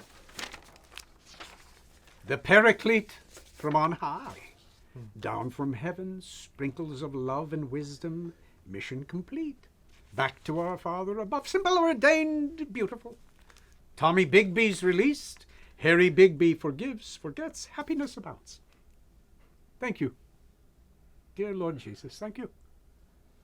Thank you, thank you, thank you, thank you. Nah, nah, nah, nah, nah. Whatever, thank you. However, thank you. Thank you, thank you, thank you, thank you. Mon amour pour la vie. Mwah. I love you. You call me when you get back. Of course I will call. I'll call when I get back. Did you hear me? I heard you, Bob. Good. Glad. Shall we? Bye, Leslie. Goodbye, Rick. Rick exits, followed by Bob, who slams the front door shut. Leslie laughs to himself, then opens the front door and waves to them. The sounds of the car door shutting, the car starting and taking off are heard. Goodbye, Bob. He closes Goodbye. He closes the door, locks the latch and the floor lock, and begins puttering around the house, straightening up from the brunch. The lights begin a slow fade as we hear the sound of a phone ringing. A pin spot slowly comes up on Leslie's face as he picks up the receiver. Oh, hi, Mrs. James. Oh, you missed him by a hair. He's taking the second coming of Caruso back to college. College? The college he lives at 36 weeks a year. Oh, Caruso. Oh, well, he's sort of an opera version of Whitman's Samplers. Yes, they are delicious and economical also. I agree wholeheartedly, Mrs. James. Anyway, I'm here by myself going through a few thoughts. Oh, no. He's fine. He was just telling us some stories about his fraternity before he left.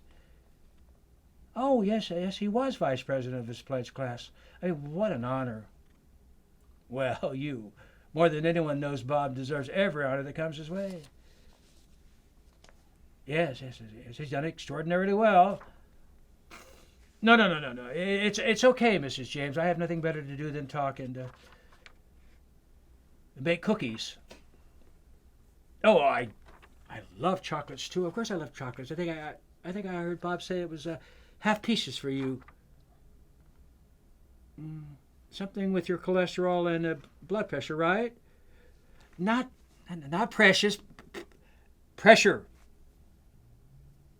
Oh, it would be nice to see you again. Oh, no. There's nothing new here. You know, you sound like a size 12 slim.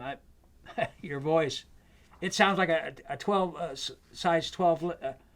Well, isn't that funny that I think of people's voices and shoe sizes? Big feet, big voices. Yeah, who would think of that other than me? No, it's really okay. Nothing but time here. Nothing but time. And cookies. Nothing but time and cookies. Hello? Hello? Nothing but time and cookies. The general lights are now more than halfway dimmed, giving the room a shadowy feel. Leslie puts the receiver back on the phone cradle, his face still featured in the solo pin spot. Silence is broken by a sound at the window. Moments later, 3 loud knocks coming from outside the front door. The pin spot follows Leslie as he cautiously moves towards the door, where he makes, as quietly as possible, double sure the floor lock is indeed in place. He listens intently as to what may happen next. In the beginning of the play, we hear the singular notes of an old piano poorly playing the first few notes of Caro mio ben. Then silence. The melody begins again, haltingly played. Silence. Black out of the pin spot. The end.